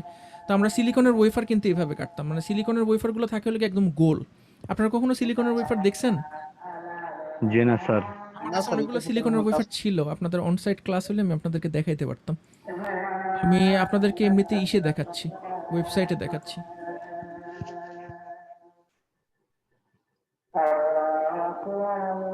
এই যে সিলিকন ওয়েফার দেখতে থাকি এরকম, আমি শেয়ার করতেছি। এই জিনিসটা হলো কি সিলিকনের ওয়েফার, গোল চাকতিটা দেখতেছেন না? জি স্যার। এই চাকতিটার নাম সিলিকন ওয়েফার। যখন কিচ্ছু করা হয়নি, একদম নতুন একটা সিলিকন ওয়েফার আপনাকে দিছে, তখন সিলিকন ওয়েফারটা দেখতে থাকি এরকম। এটা হলে কি সিলিকন ক্রিস্টালের জাস্ট একটা প্লেন। ওই যে একটু আগে আমরা দেখলাম না 100 111 001, এটার মধ্যে জাস্ট একটা প্লেনের ক্রিস্টাল থাকবে, মানে মনে করেন 001 বা 100, একই ওরিয়েন্টেশনের ক্রিস্টাল, খুব পাতলা একটা লেয়ার, আপনারা বুঝতেই পারতেছেন কত পাতলা এটা।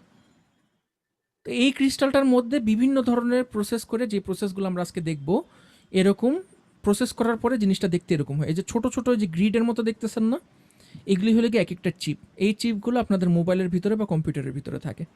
এই চিপগুলোকে এরকম করে ভাঙা হয়, দেখছেন টুকরা টুকরা করা হয়েছে যে।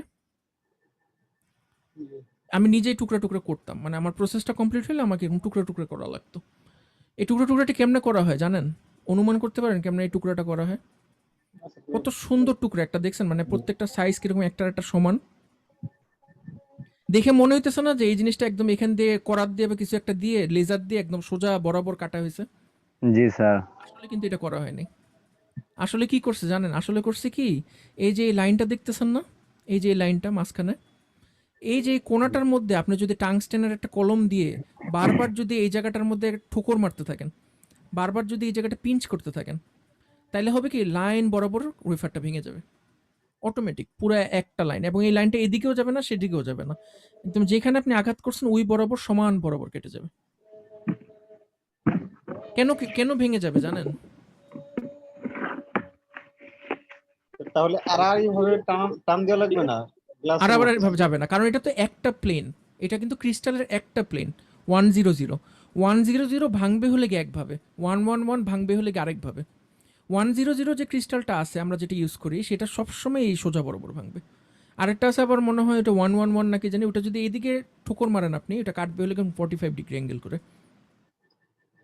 প্রত্যেকটা ক্রিস্টাল ওরিয়েন্টেশনের ভাঙার একটা নির্দিষ্ট দিক আছে। তো এই ক্রিস্টালটা সবসময় এই সোজা বরাবরই ভাঙবে। কেন ভাঙবে? কারণ আপনি যেখানে প্রেশার দিতেছেন, প্রেশার দেওয়ার ফলে এখানে কোনো না কোনো একটা জায়গায় ক্রিস্টালটার মধ্যে ডিফেক্ট আছে, পয়েন্ট ডিফেক্ট আছে, বুঝতে পারছেন? মানে কোনো একটা জায়গায় পরমাণু কম আছে, সো ওই জায়গাটার থেকে আগে ভাঙা শুরু করবে। আর একবার যখন ভাঙা শুরু করবে এই জিনিসটা একদম শেষ মাথা পর্যন্ত চলে যাবে ভাঙাটা। এটা আপনার আসলে এখানে পরবর্তীতে পরমাণু ডিফেক্টের জন্য এমন হয়। হ্যাঁ, একটা জায়গায় ডিফেক্ট থাকতে হবে, মানে একদম যদি পিওর হইতো তাহলে ভাঙাটা অনেক কষ্ট হইতো। মানে ক্রিস্টাল যে স্ট্রাকচারটা এটা এমনিতে অনেক শক্তিশালী, তো এমনিতে ভাঙা অনেক পিওর বলতে ডিফেক্ট। স্যার 000 না, না, 000 000 হইতে পারে, 001ও হইতে পারে, 100 হইতে পারে, সবগুলোই পিওর এক একটা ওরিয়েন্টেশনে। মানে একটু আগে আমি দেখালাম না ওরিয়েন্টেশনটা কিসের উপর ডিপেন্ড করে, যে আপনি কিভাবে কাটছেন ওইটার উপর ডিপেন্ড করে হলে কি ওরিয়েন্টেশনটা। এটা একটু পরে দেখবো, একটু পরে দেখলে বুঝতে পারবেন। তো এই জিনিসটা আমরা কেন ভাঙতে পারি, যেহেতু এটার মধ্যে একটা ডিফেক্ট আছে, এই জন্যই আমরা ভাঙতে পারি। ডিফেক্ট না থাকলে আমরা সারা জীবন চেষ্টা করলেও ভাঙতে পারতেন না। সো এই ডিফেক্টগুলোকে কয়েকটা ভাগে ভাগ করা যায়। ভাগগুলো কি, একটা হলো পয়েন্ট ডিফেক্ট, লাইন ডিফেক্ট, আর একটা হলো প্লেন ডিফেক্ট। পয়েন্ট ডিফেক্টটা দেখেন, পয়েন্ট ডিফেক্টটা হলে কি যে কোনো একটা জায়গাতে ল্যাটিস স্ট্রাকচারের মধ্যে একটা অ্যাটম মিসপ্লেসড আছে, নাই ওই জায়গায় নাই আছে বা বেশি আছে, কোনো একটা সমস্যা আছে, ওই জিনিসটাকে বলি আমরা পয়েন্ট ডিফেক্ট, মানে একটা পয়েন্টের মধ্যে ডিফেক্ট। আর লাইন ডিফেক্ট কি, লাইন ডিফেক্ট মানে একটা লাইন ধরে আপনার অ্যাটম নাই বা একটা লাইন ধরে অ্যাটম বেশি আছে, ওই জিনিসটাকে আমরা বলি হলে কি লিনিয়ার ডিফেক্ট বা লাইন ডিফেক্ট। আমি লিনিয়ার ডিফেক্ট কথাটা শুনি নেই, সবাই লাইন ডিফেক্টই বলে। আর প্লেন ডিফেক্ট যেটা, প্লেন ডিফেক্ট হলে কি পুরো একটা প্লেনই নেই, পুরো একটা প্লেনের মধ্যে ঝামেলা আছে, ওই জিনিসটাকে তখন আমরা বলি হলে গিয়ে প্লেন ডিফেক্ট। সবাই বুঝতে পারছেন? প্লেন ডিফেক্টটা কেমন হবে স্যার? প্লেন ডিফেক্ট হবে চিত্র- 2D। প্লেন ডিফেক্ট হবে 2D। 2D কিরকম হবে, আপনার যে এই যে মনে করেন এটা 3D স্ট্রাকচার, তাই না?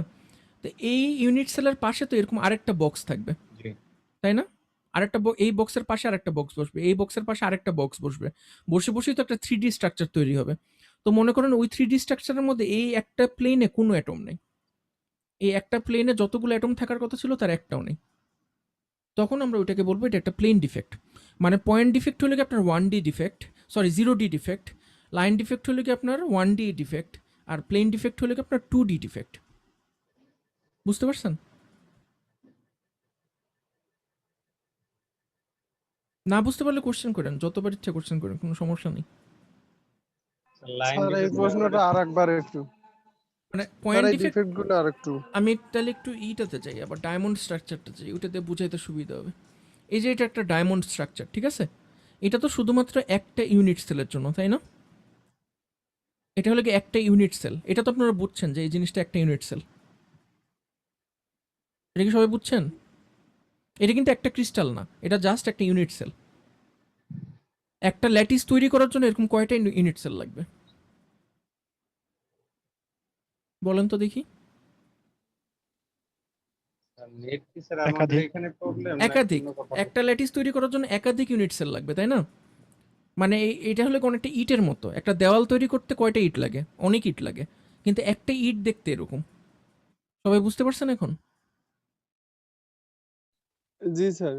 তাহলে এখন মনে করেন এই ইউনিট সেলের মধ্যে এই একটা অ্যাটম নাই, এইটা নাই, তখন আমরা এটাকে কি ডিফেক্ট বলবো? Point defect. Point defect, exactly. এখন মনে করেন এটাও নাই, এটাও নাই, এটার পাশে যে সেল আছে ওইটারও এটা নাই, ওইটারও এটা নাই, এগুলো নাই, একটা লাইন ধরে, লাইন ডিফেক্ট। একটা লাইন ধরে নাই, ঠিক আছে? লাইন ধরে নাই, তখন আমরা এটাকে কি বলবো? Line line defect. ডিফেক্ট। এখন মনে করেন এই যে এই ফেসটা, এটার পাশে তো আরেকটা ইউনিট সেল আছে এরকম, তাই না? এটার পাশে কিন্তু আরেকটা ইউনিট সেল আছে, এইদিকে মনে করেন এটাও এরকম, এটাও এরকম, এরকম আরেকটা ইউনিট সেল আছে। এখন এই প্লেনের মধ্যে কয়টা আইটেম থাকার কথা ছিল? একটা, দুইটা, তিনটা, চারটা, পাঁচটা থাকার কথা ছিল এই প্লেনটার মধ্যে। এই প্লেনের পাঁচটার মধ্যে একটাও নেই, এটাও নাই, এটাও নাই, এটাও নাই, এটাও নাই, এটাও নাই। এটা কি লাইন ডিফেক্ট নাকি পয়েন্ট ডিফেক্ট? Plan defect. এটা sir plan plane defect. Defect. পুরো একটা প্লেনের মধ্যে যা থাকার কথা ছিল কিচ্ছু নেই, তখন ওইটা একটা প্লেন ডিফেক্ট। Plan defect. এখন বুঝতে পারছেন? এটা কিন্তু একটা ইউনিট সেল, আমি বুঝি না যে এটা আপনারা বুঝেন নাই, এটা কিন্তু একটা ইউনিট সেল, ডায়মন্ড স্ট্রাকচারের ইউনিট সেল এটা। কিন্তু একটা ডায়মন্ড গঠন করতে কিন্তু অনেকগুলো ইউনিট সেল লাগবে।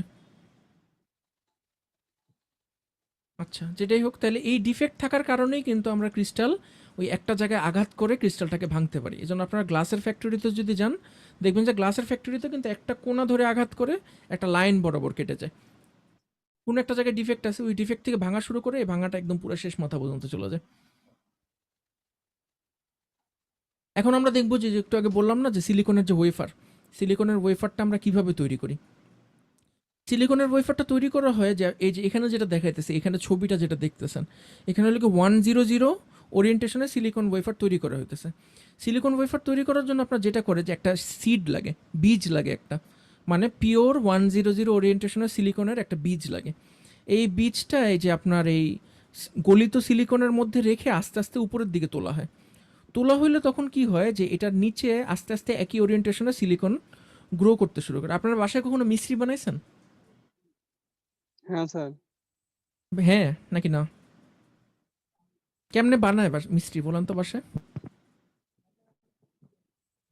স্যার ওই যে চিনি ইয়া পানি মানে একটু পানি চিনি দিয়ে পানিতে গরম চুলায় করে স্যার জাল ঠান্ডা দেয়। করে স্যার। না, পানির মধ্যে চিনি প্রচুর পরিমাণে মিশাইতে হয়, মানে সম্পৃক্তর থেকেও বেশি করতে হয়।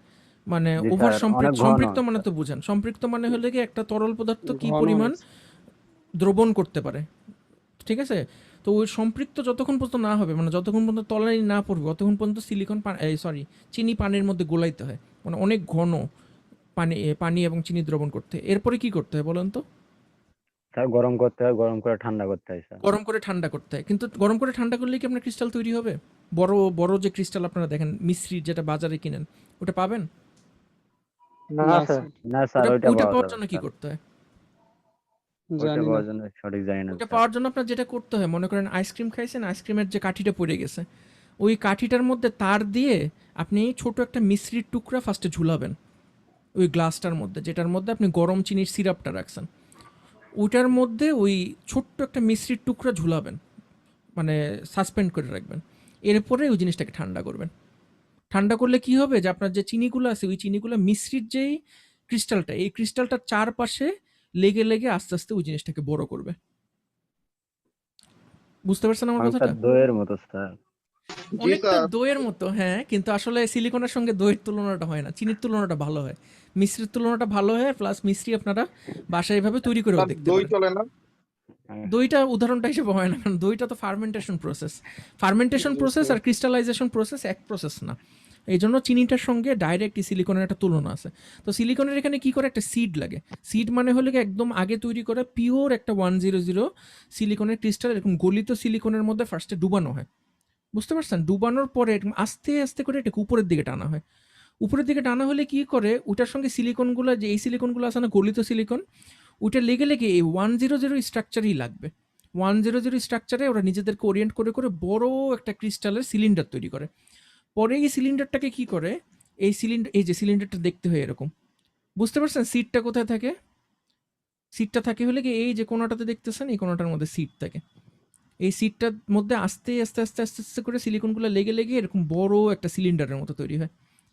একটু আগে আমরা যে ওয়েফার দেখলাম না, একদম পাতলা একটা ওয়েফার, বলেন তো ওই জি স্যার। ওয়েফারটা কোথার থেকে আসে? স্যার এখান থেকেই স্যার। কেমনে আসে? মানে এটা তো একটা সিলিন্ডার, ঠিক আছে, এটার থেকে ওরকম পাতলা ওয়েফার কিভাবে আসে? এটা সঠিক জানি না স্যার। অনুমান করেন, আমি তো জানি আপনি জানেন না। কেউ বলতে পারবেন একটা সিলিন্ডার থেকে আমরা ওই পাতলা গোল গোল সিলিকন ওয়েফার কেমনে পাই? স্যার এই যে সিলিন্ডারের মাঝে যে গোলটুক আছে এইটুক কাইটে। এই যে সিলিন্ডারের মাঝখানে এই গোলটুকু আছে, এটা স্যার কাটবেন। এই যে যেটা ডুবাইছিলাম ওটা আমি দেখাই, এই যে এতটুকু কাটবেন। জি স্যার, এতটুকু কাটলে তো স্যার ওই রকমই হবে। কিন্তু এটা তো হবে সিলিন্ডার। আপনারা গ্যাসের সিলিন্ডার দেখছেন, এটা দেখতে হবে সিলিন্ডারের মতো। এটা থেকে আপনি ওই পাতলা, অনেক ছোট ছোট, অনেক চিকন চিকন টুকরা করে কাটলে স্যার। হ্যাঁ, এখানে যদি আপনি এরকম ছোট ছোট স্লাইস করেন, পাতলা পাতলা করে স্লাইস করেন, তাইলেই আপনি ওই সিলিকনের ওয়েফারগুলো পাবেন। বুঝতে পারছেন? জি স্যার। এবং এইভাবে এইগুলোই কিন্তু আপনার সব মোবাইল কম্পিউটারের ভিতরে সব কিন্তু এগুলোই থাকে। এই যে এই লোকটা যেটা হাতে ধরে আছে না, এটা লাগে 12 ইঞ্চি ওয়েফার। এই 12 ইঞ্চি ওয়েফার এখান থেকে তৈরি করা হয়। আমরা যেটা নিয়ে কাজ করতাম, এটা 4 ইঞ্চি ওয়েফার ছিল। তো এখন নতুন যে ইন্টেল বলেন, ইন্টেলের যে প্রসেসর বা এএমডির প্রসেসর, এগুলো সবই 12 ইঞ্চি ওয়েফারে তৈরি করা হয়, বড় ওয়েফারে তৈরি করা হয়। আমরা সিলিকন এরকম ওয়েফারে কেন চিপ প্রিপেয়ার করি জানেন?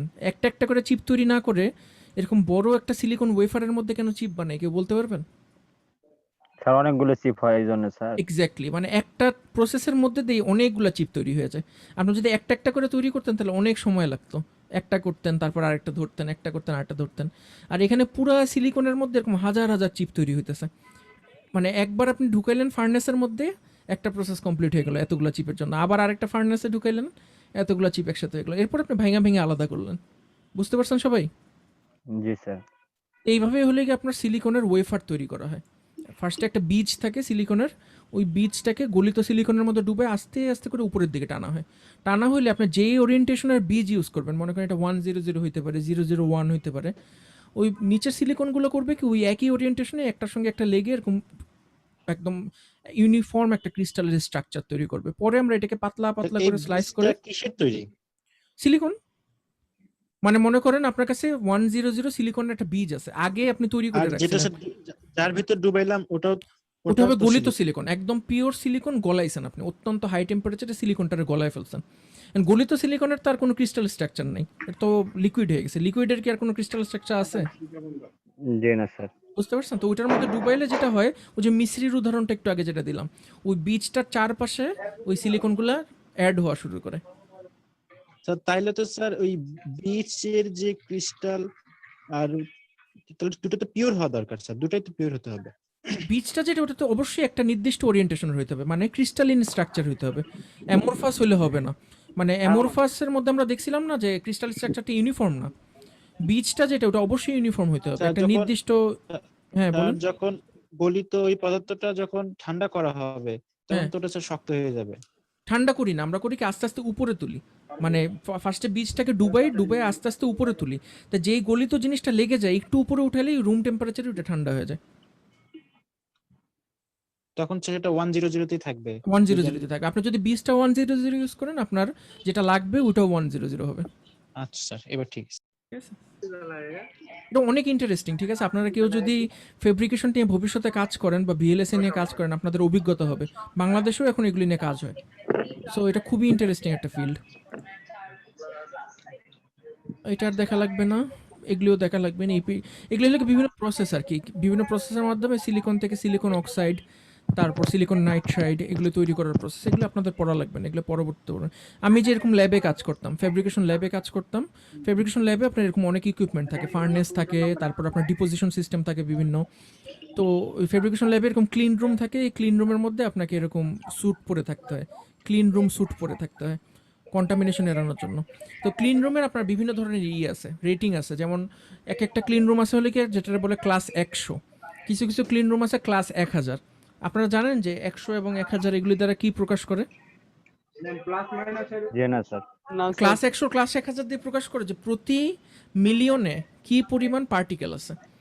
ওইটা দ্বারা হলে গিয়ে একটা ক্লিন রুমের ক্লাস বিবেচনা করা হয়। মানে ক্লাস 100 মানে আপনি যদি 1 মিলিয়ন পার্টিকেল যদি হিসাব করেন, তাইলে এর মধ্যে মাত্র 100টা ইমপিউরিটি পাবেন।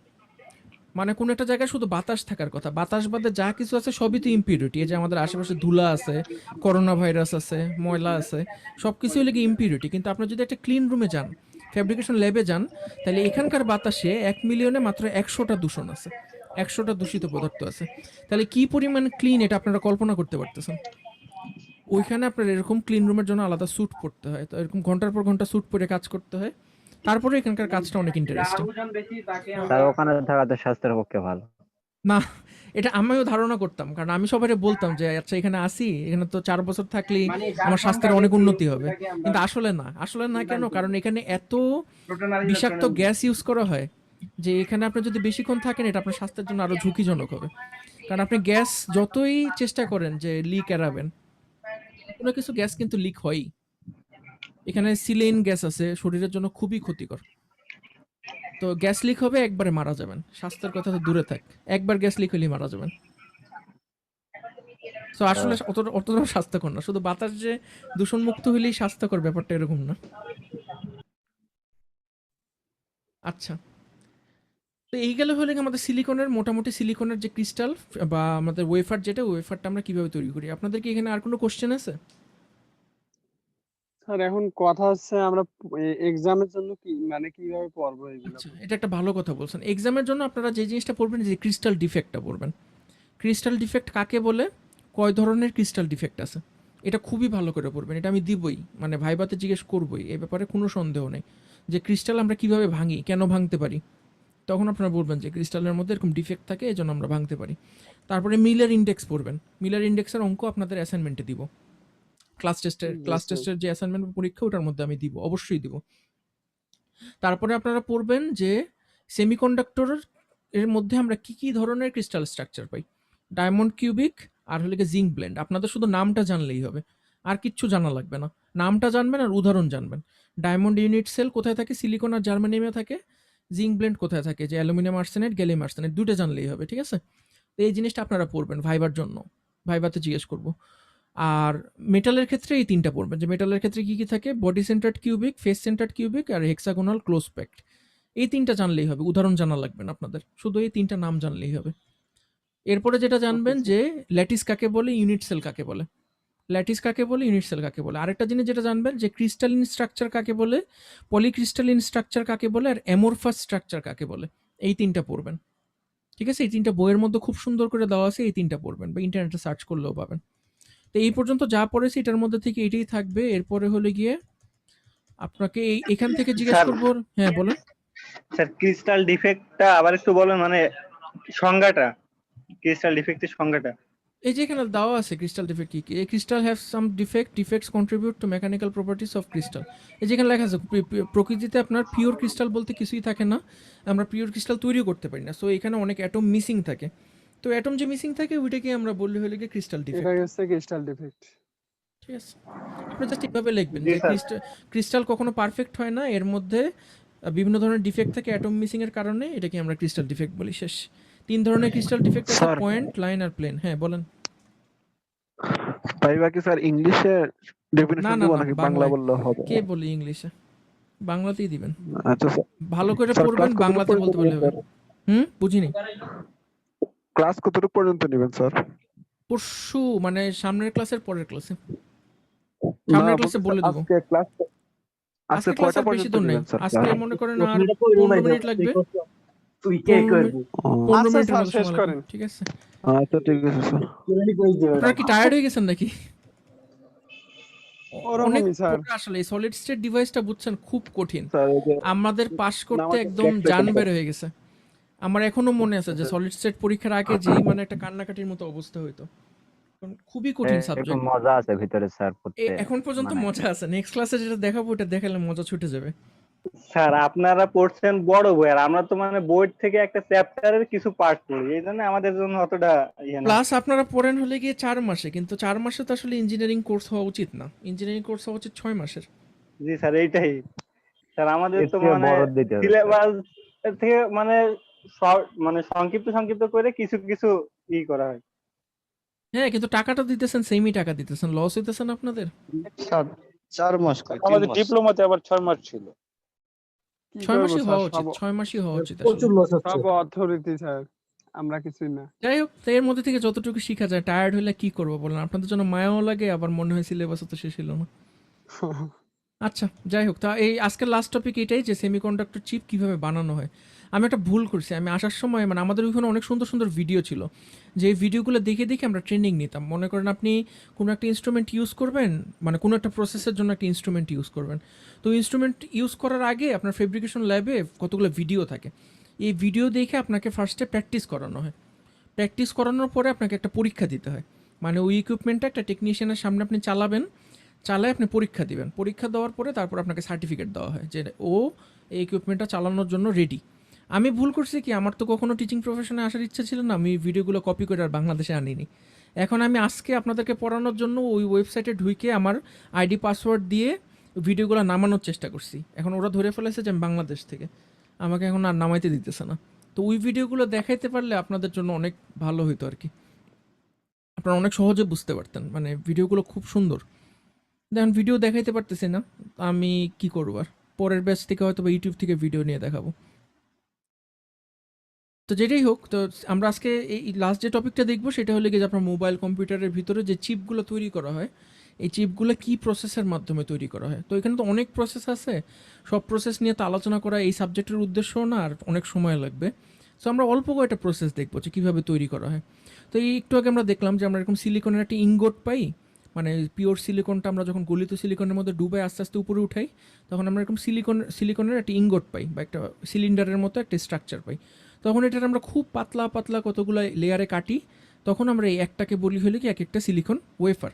এই ওয়েফারের মধ্যেই আমরা বিভিন্ন ধরনের চিপ বানাই। আপনারা যত মাইক্রো কন্ট্রোলার দেখেন, সিপিইউ দেখেন, যা কিছুই দেখেন সব কিছুই এই সিলিকনের ওয়েফারের মধ্যে তৈরি করা হয়। তো সিলিকনের ওয়েফারটাকে আপনি যদি মানে ভাগ করেন, ভাগ করলে এরকম ছোটো ছোটো একটু আগে দেখালাম না ছবি, আপনাদের চিপ পান, এরকম 4 কোণা চিপ পান, দেখছেন তো, মনে আছে? জি স্যার। চিপ পান। তো চিপটাকে আপনার যদি উপর থেকে দেখেন দেখতে এরকম লাগবে 3D, যদি সাইড থেকে দেখেন, মানে এই সাইড থেকে যদি দেখেন, এই সাইড থেকে যদি দেখেন, তাহলে দেখতে লাগবে এরকম। বুঝতে পারছেন? মানে সাইড থেকে যদি দেখেন তাহলে দেখবেন এই যে সিলিকনের সাবস্ট্রেট হলে গিয়ে এইটা, আর এটার উপরে পাতলা একটা সিলিকন অক্সাইডের লেয়ার থাকে। একটু হোল্ড করেন।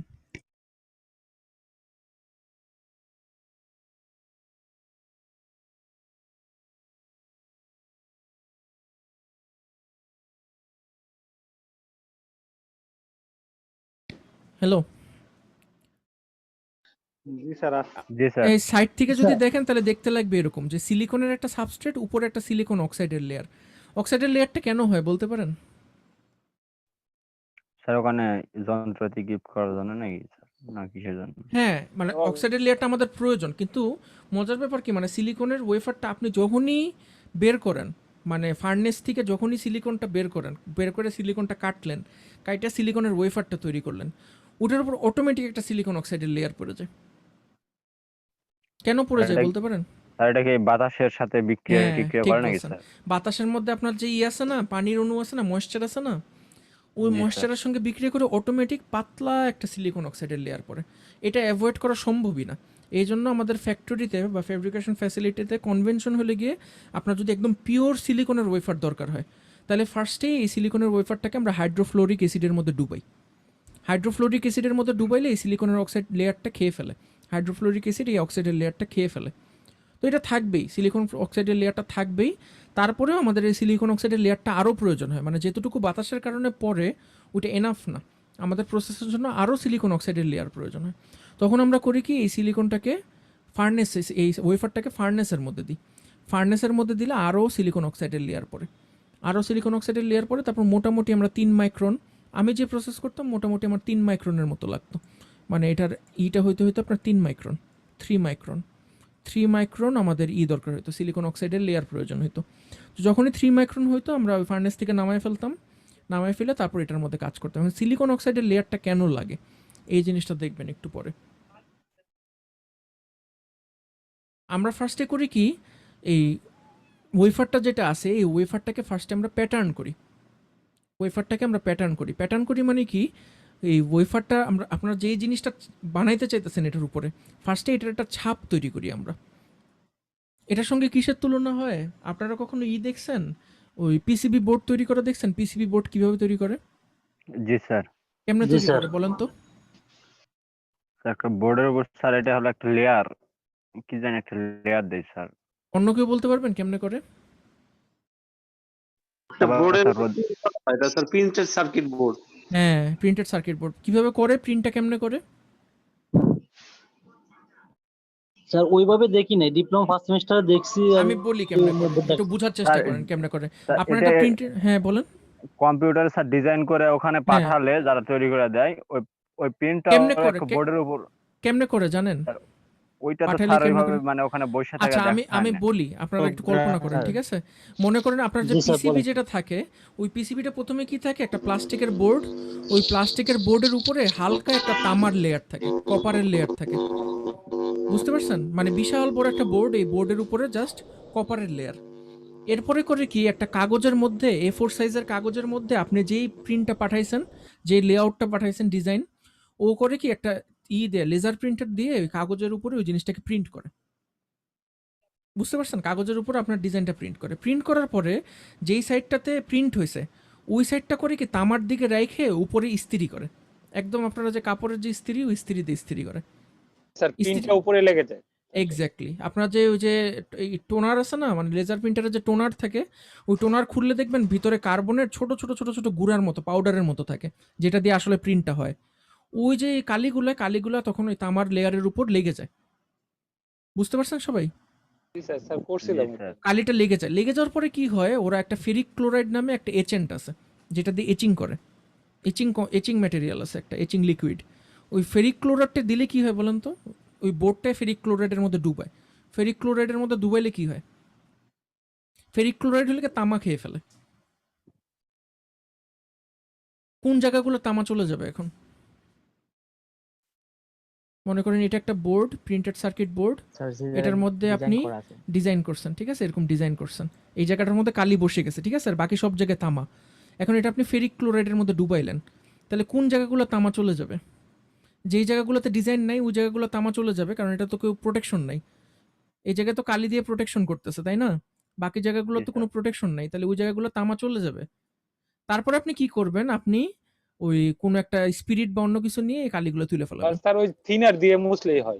মুছলেই হবে। মুছলে কালি চলে গেলে কি হবে, কালি চলে গিয়ে এখানে তামার একটা ট্রেস রয়ে যাবে না? ওটাই হলো হয় না, ফেরিক ক্লোরাইডই লাগে। ফেরিক ক্লোরাইড না, কালিটা তুলবেন যায়। কালিটা কি দিয়ে তুলবেন আপনি? থিনার দিয়ে তুলছিলাম। থিনার দিয়ে তুলবেন, কালিটা আপনি থিনার দিয়ে তুলে ফেলাবেন, যে কোনো ধরনের থিনার, মনে করেন হেক্সাসোল দিয়েও তোলা যাবে মনে হয়। তো কালিটা তুলে ফেলালে ভিতরে আপনার তামার ট্রেসটা বের হয়ে আসবে না?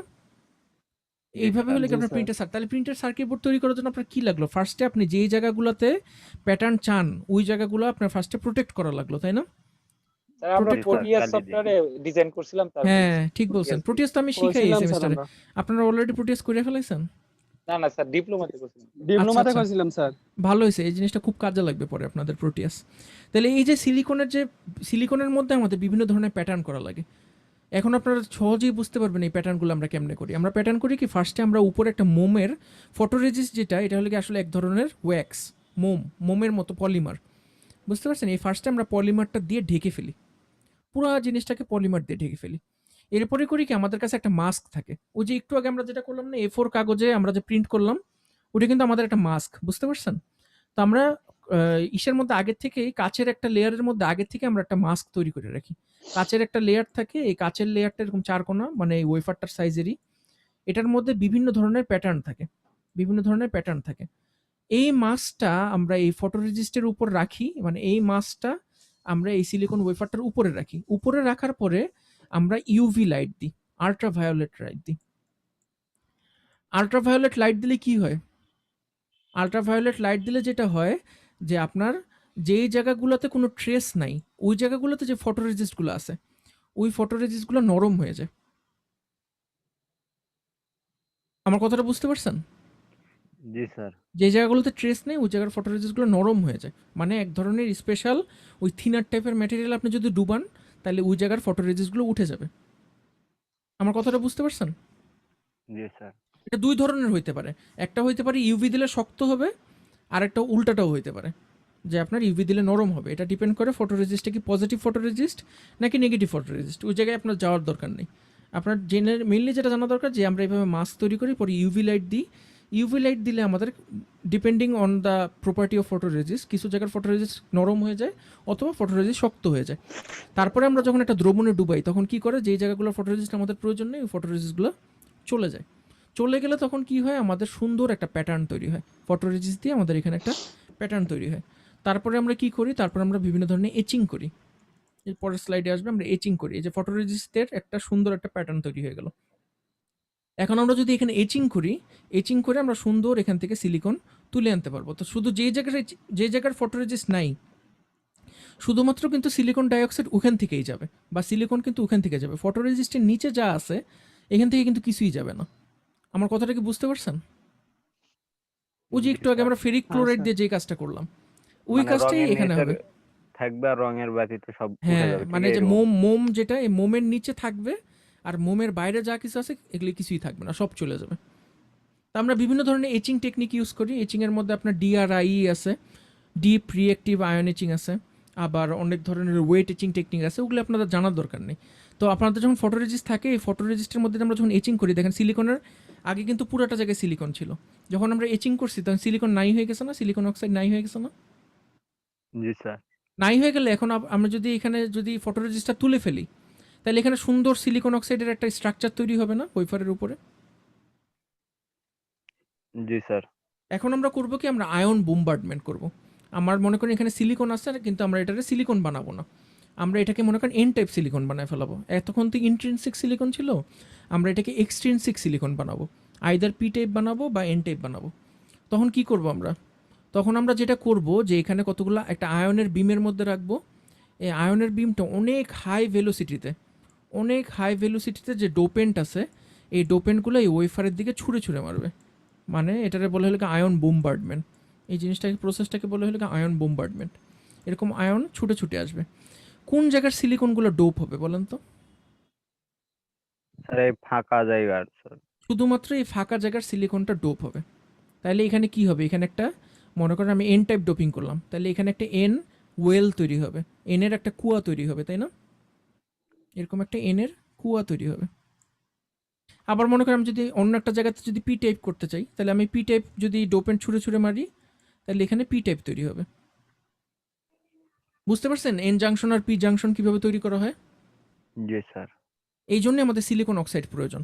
যদি এখানে যদি সিলিকন অক্সাইড যদি না থাকতো তাহলে কেউ কি এখানে বাধা দিতে পারতো? এই যে ডোপেন্টগুলো আসতেছে, এরকম কি আপনি এন টাইপ আর পি টাইপ আলাদা করে তৈরি করতে পারতেন মাঝখানে যদি সিলিকন অক্সাইডের একটা ব্যারিয়ার না থাকতো? এই জন্যই আমাদের সিলিকন না, অক্সাইড স্যার। প্রয়োজন, বুঝছেন? আর ফটোরেজিস্ট দিয়ে আমরা এইভাবে প্যাটার্ন করি। মোটামুটি এতটুকু আপনাদের জানা থাকলে আমার মনে হয় যে মোর দেন এনাফ। সলিড স্টেটে আসলে আপনাদের এর থেকে বেশি জানার দরকার নেই। এই যে এখানে আয়ন ইমপ্লেন্টেশন করছে, আয়ন ইমপ্লেন্টেশনের আগে এখানে আসলে গিয়ে ইন্ট্রিনসিক সেমিকন্ডাক্টর। আপনি যখন আয়ন ইমপ্লেন্টেশন করে ফেলেন, এটা কি হয়ে গেল? এক্সট্রিনসিক সেমিকন্ডাক্টর হয়ে গেল। ঠিক আছে, তারপরে আমরা স্যার। আরো হ্যাঁ বলেন। স্যার আজকে আর না স্যার। আজকে আর না? না স্যার। স্যার এই আচ্ছা। শেষেরটুকু কেন জানি মাথায় ঢুকলো না। ঠিক আছে, আপনারা এতটুকুই ভালো করে পড়েন। আমি ইউটিউবে প্রসেসের কতগুলো ভিডিও দিয়ে দিব, আপনারা যদি সময় পান নিজের ইন্টারেস্ট থেকে ভিডিওগুলো একটু দেখেন। ঠিক আছে, আপনাদের নেক্সট ক্লাসের পরের ক্লাসে আমি ক্লাস টেস্ট নিব। তো এই ক্লাসের সিলেবাসটা আপনারা যতটুকু পারেন কভার করেন, আর নেক্সট ক্লাসের সিলেবাস পর্যন্ত আপনাদের কুইজের সিলেবাস। ঠিক আছে, স্যার এটা প্রশ্ন ধরবেন তাই তো? এটা দুইভাবে নিতে পারি। একটা নিতে পারি যে আপনার ওই গুগল ফর্ম অথবা ভাইবা, যে কোনো একটা নিব। গুগল ফর্ম দিবেন? ভাইবা নিয়েন স্যার। এটা আপনারা নেক্সট ক্লাসে জানেন না, আজকে বলার দরকার নেই, আমাকে নেক্সট ক্লাসে বললেন। স্যার এগুলো assignment হিসেবে দিলে কিভাবে আমরা কি করব স্যার? গুগল ক্লাসরুমে দিলে আপনার বেশিরভাগই থাকবে হলে কি মাল্টিপল চয়েস, আর দুইটা তিনটা স্যার থাকবে ভাই শর্ট নিলে কোশ্চেন। ভালো হবে, প্রসেস হয়ে যাবে। হ্যাঁ, ভাইবা নিলেও হয়। আসলে আপনাদের ক্লাসে স্টুডেন্ট কয়জন? আমি তো দেখিনি রেজিস্ট্রেশনের পরে। 40 জন হবে? বেশি হবে স্যার। আমার তো অবস্থা টাইট হয়ে যাবে ভাইবা নিতে গেলে। আচ্ছা ঠিক আছে, যে কোনো একটা নিলেই হবে, সমস্যা নেই। 5 মিনিট করে নেবেন বা 2